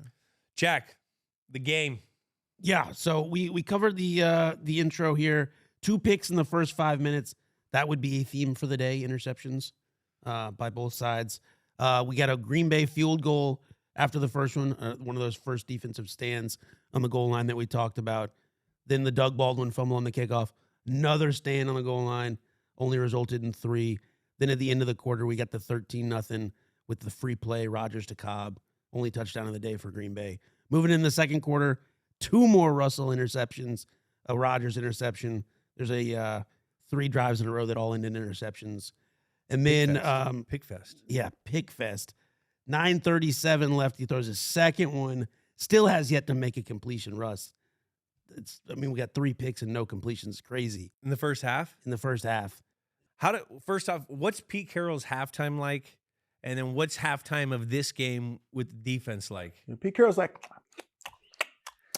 so what we're going to do, we're going to play good defense. We'll get the ball to Marshawn, and Russell, just complete some passes. We're going to win. All right, guys, we can go out there and win. We can go out there and win if we play good defense and get the ball to Marshawn, and we just play the game. All right, guys, we're not really down by much. Let's go out there. And it was like, bro, 16-0.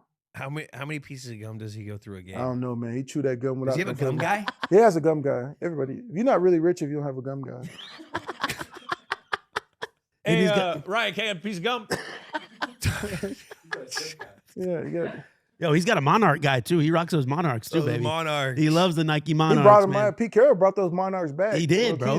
Single-handedly. They're talking about Kanye. It was Pete. Now, what do you guys as a defense? Is Quinn talking to you guys? Are you guys having a players only? We having a players defensive meeting, just being like, look, coaches don't even need to come in here. This come down to us executing at the highest level. Look, it doesn't matter what Russell does or how it does. We gave up some points. The field goals still matter to us. You know what I'm saying? So at the end of the day, it's like, don't even let them get in field goal position. Like, let's just keep them back, stop them every opportunity that we get, play great defense. You know what I'm saying? And just anybody that get the ball, knock them out. You know what I'm saying? Yeah. Like, get a chance, hit the quarterback, make him feel it. Offensive line, no excuses. This is the last game of the year. If you don't play this game, you can have a great time in Cabo in a week. You know what I'm saying? Like this is about going to Arizona. So it's like, look, I don't care if your shoulder hurt. I don't care what you're going through at home. Like, you need to be hyper focused right now, detailed. You know what I'm saying, to win this type of game. And I think that's what we kind of settled down and did. Now, what's Marshawn doing in the locker room at halftime? I don't want to speak on it. I love Marshawn. Marshawn is, he just like, man, I've been telling y'all to give me the ball, man. Y'all want to win the game. Like, what we doing right now? Like, trying to get doo-doo dumb. I'm trying to go get dumb. hypey out Like, here. y'all stopping me from dancing. Like, you know what I'm saying? Trying to Skittles, you know? Like, he's like, I've been telling y'all, just, you know, like, what we doing? What's your best Marshawn story? Man, nothing I can say on camera, man. A lighthearted one. The best thing about Marshawn is that he stays real regardless of the situation, you know. He's just whether real. winning or losing, like you get the same person. I think that's what I would love about Marshawn. He's just a funny guy, man. Like, you know, even in Hawaii, like he comes to Hawaii and then he'll have like a turkey drive or whatever. Like, Marshawn's the type of person that's always gonna go to wherever the most impoverished people are in the world and go there first. He's not gonna, if he go to London, he's not gonna go to the Buckingham Palace. He's gonna go to London, to the East Side, but that's just who he is, right? He grew up in that type of area. So it's like, that's the one thing I have to say about Marshawn. Like, that's just the thing I like about him, is that he just keeps it real like that the whole time. Dude, I grew up in the Bay, and I had a lot of friends that went to Berkeley with Marshawn, and there's such a funny story where Marshawn was coming off of the practice field in his full get up, right? And he liked my boy's bike.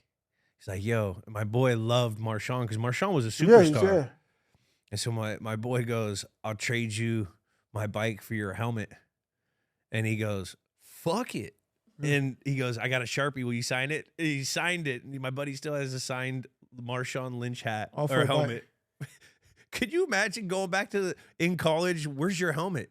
I don't know. I got a bike. Yeah. Like, That's how Marshawn is. He's just real, fair man. trade. He's just real. So fucking funny. But he was really beast in that game. That was really where he just Unreal. really unreal. Like the runs and the hits and things that, like how he played the game. You know, like Marshawn, like he was just at one play. I don't think the Green Bay wanted to tackle him in some of those plays later on in the game, like especially in the fourth. He runs angry. He runs angry the whole time. So he was very instrumental in us winning that game, was him taking over the game and him getting the ball more. Now, where does he fit amongst running backs' career?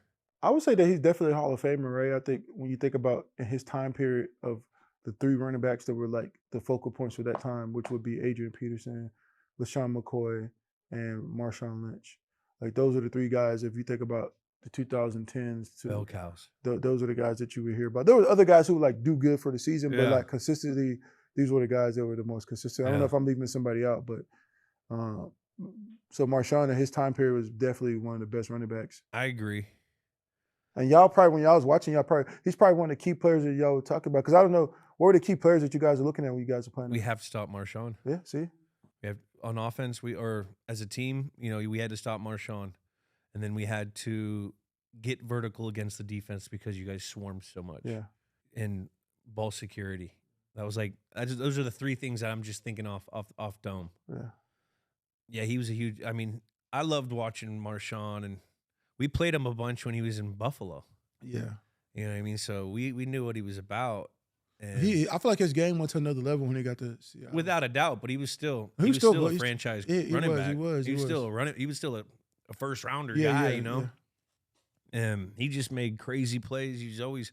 I wish I got to play with Marshawn. He seems like a fucking awesome teammate. He's the best teammate. You know what I mean? Like, he shows up to all the kids' birthday parties, all the things. He shows up. I could see if I was like, if because guys are always up and down in the locker room. People don't realize we see each other at our worst and at our best. See, that's the thing I feel like people didn't connect to Russell about, right? Because you got like a guy like Marshawn who kind of shows up to everything, and maybe Russell doesn't show up to everything, and people start feeling a certain way, you know what I mean? Because it's like everybody's showing up to everybody's things, but it's like, wait, you're not coming? Like, but it's like you go to everybody's birthday party, go to all kids' birthday parties, you know, weddings, all these different things. So like people want to see teammates invested in those type of things, and when people smell that, they can understand if something feels weird. Yeah. Now, what do you guys think about? What did you think about? You guys grind back. You guys somehow get a touchdown because the offense wasn't doing anything all day. I had to do the fake field goal. Fake field goal touchdown. When you get to that 2-point conversion, are you sitting there like? Well, at that time, I also believed that Russell Wilson was a great person who didn't really get overcome by anything. No matter how much noise he was hearing, how many things that was happening, he would be super focused, hyper focused. Like even in that situation, you know, Bryce Young, I mean, he wouldn't do that. Like Bryce Young is saying that it's not his fault that he played bad. I'm like, it was your fault. You know, but Russell Wilson at that time, like you could see that he still had, like he still wanted to win. Like he wasn't like going down. He was talking to himself. He was like really, like he made some mistakes, but he definitely was like, he wanted to. When his team needed it, he made a couple plays. Yeah, he wanted to win, yeah. And like the resilience of that was so incredible watching this. At halftime, he's 2 for 9, 12 yards, 3 interceptions with a QBR of 0.0. Like, and then to come back and. When did you feel you guys were going to win this game? Was it the whole time? Yeah, I thought we was going to win the whole time, honestly. I felt like we were just a moment of time before we'd have that win. I felt like when they weren't capitalizing on all the interceptions and the turnovers, that eventually that they would get it and we would figure out like, man, maybe we should just start running the ball. Because it was kind of cold that day too. You guys ran the ball while you were down 2 scores with 5 minutes to go. Yeah, we got like that's crazy to me. We got Marshawn Lynch. Without a doubt. But we did do that in the Super Bowl, which just never made sense to me. I'm like, you know, I'm like watching the game, like you watch that little part, and it's like, well, we thought they were good. We threw like y'all was ready for to play offense, you know, like no more. Yeah, so I don't know. We ran the ball in that game and believed in Marshawn, but Marshawn in that game was just a tough game because Aaron Rodgers, like I said, you knew he was going to be MVP. He had an incredible season, so like us stopping him and not scoring gave us a lot of opportunities to be able to win that game. That was huge there at the end with like 5 left. Russell throws his 4th interception in the game. You're down 2 scores. It's like, oh shit. And then the biggest 3 and out you guys forced was you getting up the middle and getting through to Lacey back-to-back times, tackles for losses, ends up 3rd and 16, forces that punt. And like, oh, no, I was in my head. I was like, you were balling, bro. I was like, they better not run this way because right now, like, I was going to go for it. You know what I'm saying? Like, I was going to go through the person and go to make that play. I didn't care. I was like some Hulk shit. Yeah, some Hulk shit. I was like, literally, there was like 3 people blocking me, and I like picked the tight end up, threw the fullback down, and then made the running back. I was just like, I don't care right now. I don't really care about my body at this moment. I'm really just want to win this game. And your helmet flew off. It was like fucking full warrior mode. That's the beauty of playoff football. Because whether guys will say it or not, there are calculated risks during the regular season. Yeah. In playoffs, all that's out. That's why it's the most dangerous time to play because guys don't give a. There's no tomorrow. No, there's no you playing. There's like no that. Tomorrow. Like I didn't care. Like I know that tight end probably was like he's just gonna come off the ball right. But then I'm like, plus the tight ends, I never let tight ends block me because I just like. Yeah, you can't let a tight end block. Yeah, Gronk was good, but you know. Gronk could block. Gronk could block. And after that, we love Gronk. After that awesome stand, only 18 seconds come off the clock. Score, get the onside kick, which was crazy. Chris Matthews, the man of the month, man. Like, did you guys remember practicing that? You saw that in practice? Yeah, but also it was like Chris Matthews just had a great month. You know what I'm saying? If I was him, I would have played the lottery like every day. Like, you know what? Like, it's my time. Why did he have a great month? He played so good in that game. He played great in the Super Bowl. Yeah. He was like the champion of that game, really, when we think about it. 2 touchdowns, like 130 plus insane. Yards. That was most of his career production. That was the end of his Super career. Bowl. Yeah. Man. And then Marshawn to the go-ahead touchdown. Leave it like that was so sick the way he walked. He goes backwards. He always does the his Homady. He did it like while he was looking at the guy. Did you see it? Like he didn't do it to the world. Yeah, he didn't do it to the world. He just kind of gave it diving backwards. Then he went and shook his guy's hands. He's like, but he did the whole my D before. Yeah, he did. On a sneak. I don't think he was thinking like that. Maybe he was though. He was. He's one of the smartest people I ever met, honestly. I love Marshawn. We got to get him on here. We got to. Then this thing goes into OT, leave a little too much time on the clock. Mason Crosby field goal, forces overtime. Russ and the boys get the kick or get the coin flip, go down 6 plays, 87 yards, 3 minutes, 19 seconds. Russ was 3 for 3 for 80 yards with the walk-off tutty. The walk-off, that changed my Jermaine Kearse's life, right? Because Oh that was a tough catch. Jermaine Kearse is really one of the most underrated receivers. He Like, loves those seam routes. yeah, and he made a lot of big plays that people overlook, you know, like. The Malcolm play. Or the one where he like kicked the ball and caught it. Yeah, the one again that was on Malcolm Yeah. Butler. Oh yeah. Like on the seam, right? In the Yeah. Super Bowl. Yeah. Where like, yeah, because Malcolm had a great Yeah. play on it. But Jermaine has a great hand-eye coordination. Like when Play he, the ball in the air. well, he's also like a really great golf player. He's a decent tennis player. He can't beat me, but You're good at tennis? great at tennis. Jeez. Yeah, I punched Gronk at the end. Yeah, so the aftermath. Let's get into the aftermath. The You wrote, so did you get a little you did your little bike thing. Do you remember when Marshawn did it with the field car in college? You know, I remember him doing that, but I was just like, I was tired. I was like, let me get around this. You know, black people and the police, we don't really get along. That was really kind of, that was an opportunity to change the world if they would have just, you know, followed me on that, you know. What do you mean? Like I bridged the. Was that a cop? That was a cop bike? Yeah, I was like, give me your bike. I'm commandeering this. Did he cool? He was cool He with was it? cool with it. I don't know if that would have happened if I was like in the streets in Chicago or some shit. Let me take a quick victory lap. Yeah. 28-22, just to clear that one up. Seattle win that 28 to 22. You guys thing. Coming back from 16-0 down. are flying high. Yeah. Thinking the Super Bowl is there. I mean, that's a fun feeling after like a close. When we played the Chiefs and beat them on the road in 18, like close games in the NFC Championship, you feel so exhilarated because you finally get to go to the last game. It's almost like certain teams once you like. I remember when I first went to the Super Bowl in 11, like it was like we won because we were going, and there were certain guys that are like, nah, we're not done. Yeah, I think that's one of those things you realize too is like how hard it is to get to that whole level of Super Bowl and like trying to stay in the moment. And actually getting there and like really playing a tough game. And in that second half, really the Patriots really did a great job. So the aftermath was really interesting because I think that was one of those turning points. I think if we win that game, we would end up going to 3 Super Bowls back to back, right? I think, you know, that following year was very difficult because it was like took the whole season to kind of like finally get together as one unit because everybody was pointing fingers of whose fault it was. But in my head, it was like it's everybody's fault if you lose, honestly. Unless it's just like a really unique play where it's like comes down to it. But you know, we gave up points on defense. The offense didn't score enough, or we didn't do this. It's like everybody plays a role in it. Yeah, I mean, it's a team sport. It's Definitely. the ultimate team sport. 11 men have to do their job for 5 seconds. And if one guy messes up, it could be a colossal fuck up. Yeah. I'm choking Gronk on this one. So what can we talk about this? How did this go?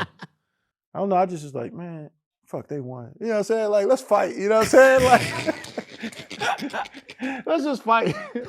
like, who win the fight? You know what I'm saying? Like, you just might as well at this point. What's gonna happen? It's that theory that you don't know if you like winning more than you hate losing. Yeah, it's just like, man, like all that to be here.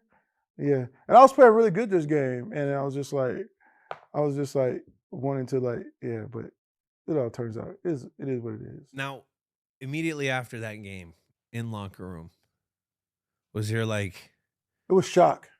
why did we not run it? Yeah, I think that was what everybody was thinking. Was that everyone's mind? Yeah, I think Pete still thinks that. I think that's one of he would probably never say that, but I bet in his head a little bit that like he wonders if what would happen if you just ran the ball, right? I think. Yeah. Well, you guys were I can't down speak for 4. him, You were but- down 4, so it was third down. Was it third down? Second, I believe. Second Had a down. So they timeout. had 3 downs at the 2. I went through it to 4th down, and we was on. Yeah, so yeah, most likely could did 2 quarterback sneaks. Yeah, that. Sorry that I'm thankful that they ran. Yeah. Yeah. Legacy, the Mount Rushmore of Seahawks defenders after that one. I think you still got Earl Thomas. Earl Thomas probably goes down as one of the best safeties. I think it'll take him a little bit to, you know, everything that kind of happened at the end will be shaky. But I think he still is a Hall of Famer. I think Sherm for sure. Sherman's done a great job retirement and career, all the things he's done in football. Bobby for sure. Like KJ's really good. Cliff was great. Cam was great. Like there's a lot of great defenders on that team. It's just the whole defense is in the Legion of Boom. The whole Or defense. the whole defense is on the wall. The whole defense is on the wall. It take a great defense to win. It does. I think where did we go as the best defense in history? Yeah, where does this go in the best? Some people say Legion of Boom. some people say number 1 and number 2. Depends who you ask. Competing with what? 85 Bears. 85 Bears or the Ravens. Ravens. 2000 Ravens. Yeah. That's Statistically, even cool. we were kind of the best. We look at statistic wise. How? What statistics show that? Scoring, running, passing, turn. You know what I'm saying? Like, Yeah. So I don't know. Some could say. Some could say. I mean, it was a fucking tough defense. You had to earn everything. You had to play so precise. Any fuck up against that defense, they made you pay. The thing I loved about that defense too was just the competitiveness. It really was the practice, not really the games. Like it was just really just like the amount people compete at practice. Like that's crazy when you think about like Sherm like really trying to intercept Doug like when defense is super great. Like well the 49ers was good too though. So I don't know. That one time the 49ers had a really great defense for Alden and Smith, Justice Smith, Patrick Willis, and LeVar Bowman. Oh yeah. They always have a good like they still have a good defense. But like I don't know what's up with their defense right now. They can't stop the run. Yeah. They got to stop the run. They lost Armstead. What's his name? Hargrave just got hurt, didn't he? Yeah, stopping the run is a decision. I think they made pass rushing so important. They overlook defense. Like some people would be like, oh, I want a guy who, like if I'm a defensive coordinator, I'll take a guy who gets between 10 and 15 sacks and has like 25 TFLs and like a lot of quarterback hits and disruptive, more than a guy who has like 20 sacks. 20 sacks, and that's all he does is rush up the field and get the sack. But it's like, but that's my problem with Michael Parsons, right? When you watch some of the games, it's like he's a really good defender, but like there's some things that he can improve in on the run game. Like even when you watch the game against the Ravens, like there was plays where, you know, he was supposed to be in the gap and you could see him like over pursuing, but he's a smaller guy up front playing defensive line. But at the same time, it's like sometimes with the defenders, like when you to get better at the run game, keep his sack total, like he gets like 18 sacks, like let's just get 15 and like let's get you 30 TFLs. You know what I'm saying? Like let's be in the field. Like JJ Watt was really good because JJ Watt had a lot of TFLs. When you look at the end of the season, like he had a lot of plays behind the line of scrimmage in the run game. Like it was kind of overlooked. Yeah. I mean, he was never overlooked when we played him. We played him a bunch. No, I'm just saying like when people talk about his pass rusher, but yeah, a lot of plays. I think that's what made him better than a pass rusher. Yeah, he was just an overall player. Like Terrell Suggs, like you look at the end of the year, like those guys were overall good players to where it was like they were just great defenders. They weren't great pass rushers, great defenders. Every down guys that could do it all and get to the back of the quarterback to get to hits. They could have TFLs. Like they would always have 25 plus TFLs. You know. That's how Bill looks at it. I feel just because like anytime we'd always have an outside guy come in and join our defense, I could like they would always get mad like we have too much response. Like we're not even going for a goddamn sack. Yeah. You know what I mean? Because we would have a thing where you keep him in the pocket, make him beat him with the defense. You know, there's always like a strategic thing of the defensive line rush. Yeah. Where we were at, as you probably can talk to, where a lot of guys were like, "That's not how what I came from." No, exactly. But I would say that's the thing. I would say that when I watch football now, you see a lot of guys like even like Derrick Henry. A lot of those runs are just guys kind of just being out their gap, like you know. Purposefully? No, I think sometimes it's just like when they run in those stretch plays or they double up on the offensive line where you get nudged by the tackle and the tackle's working his way up to the linebacker, or you're a 2-eye and the center bumps you and he's on the way to the mic. You know what I'm saying? Like, and they isolating DBs on some of those crunch plays. Nobody likes those crunch plays where you making the cornerback tackle. Those are hard plays to stop. You know, when you look at that type of defense.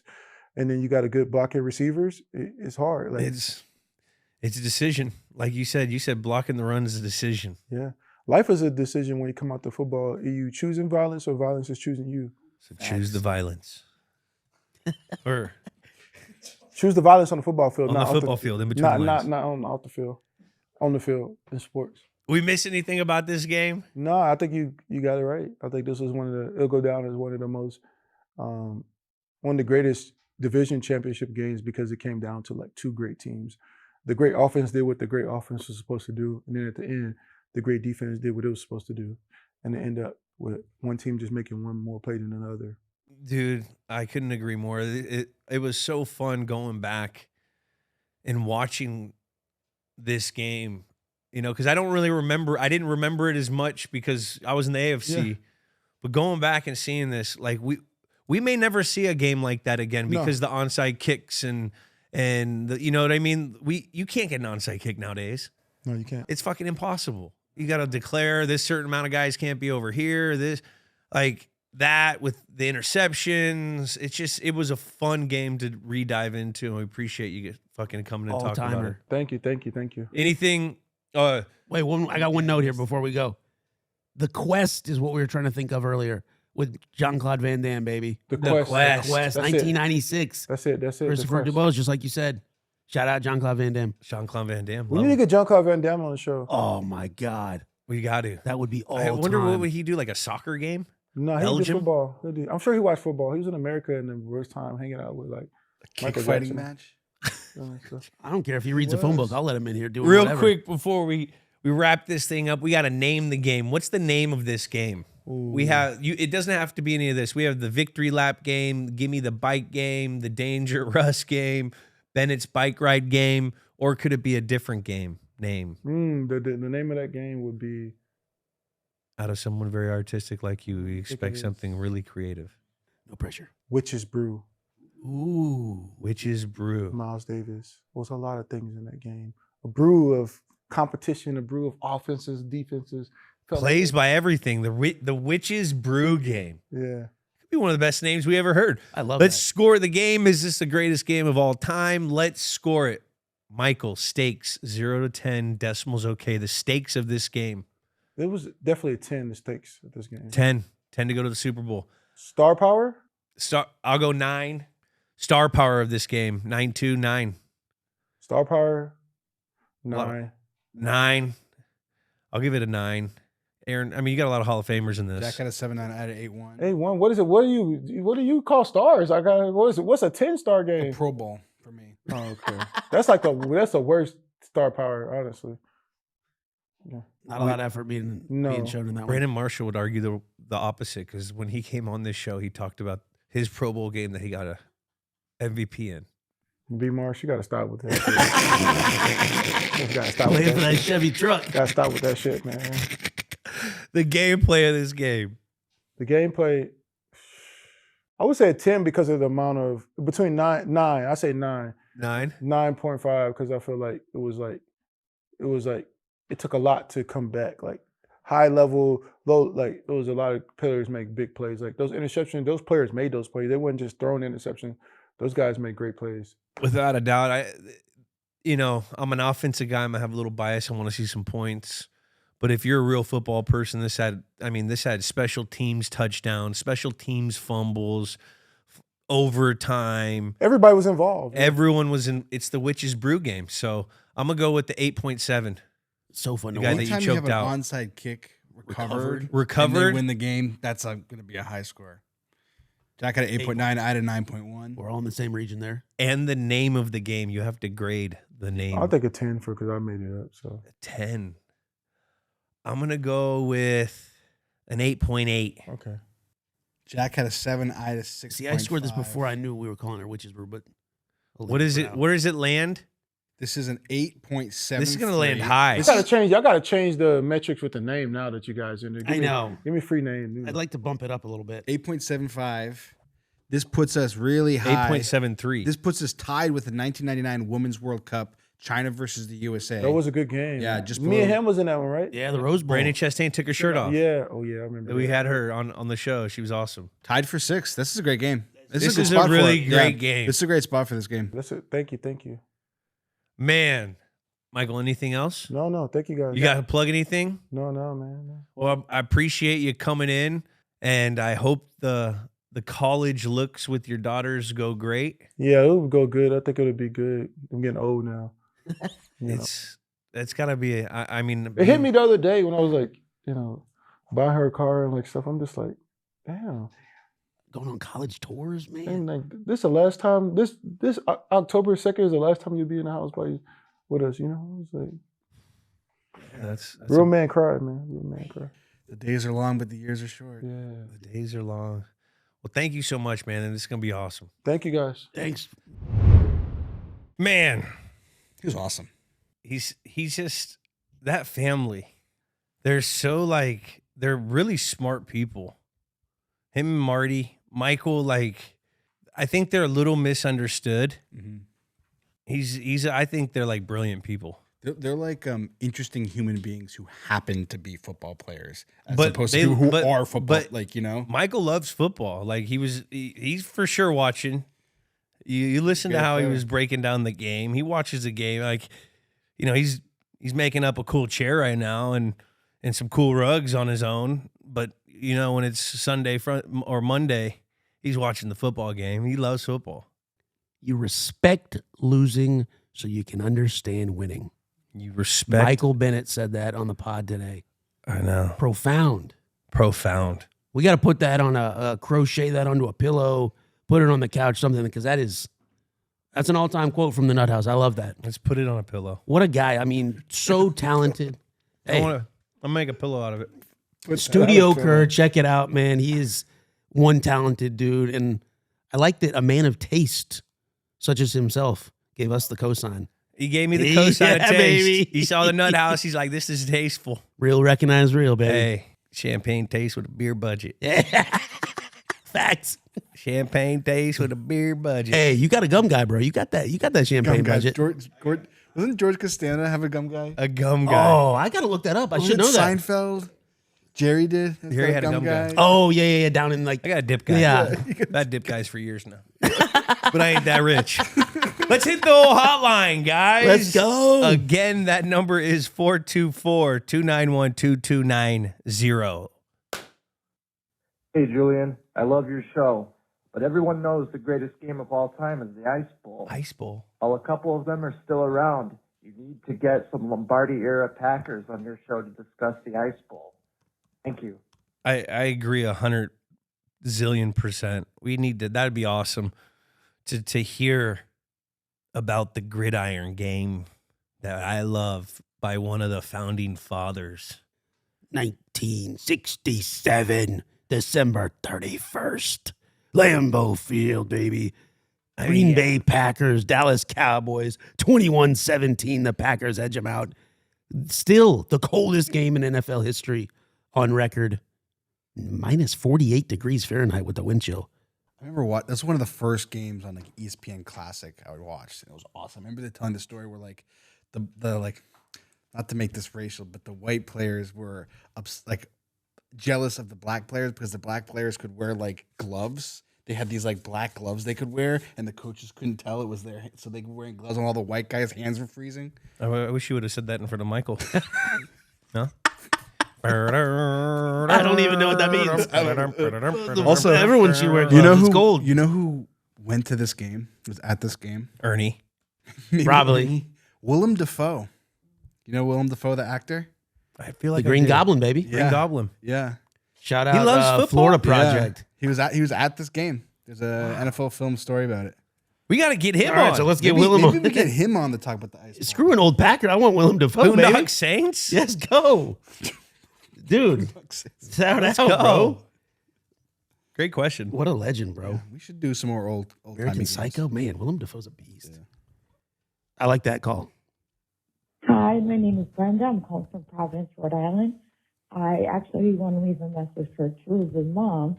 I actually met her your rookie year. We sat down to dinner in the back hallways of the stadium. I didn't know who she was at first, but we were trading, showing each other what we were bought at the pro shop, and then you came over and said hello. So say hello to her. She's a very, very sweet woman. Bye. Well, Brenda, I'll tell my mom hello for you. Mom, Brenda says hello. Mom, the meatloaf. Mom, what is she doing back there? I never know what she's doing back there. No. Shout out Angie. We love you. She's Shout out actually Brenda. she is actually here. She's actually here. Yeah, she is.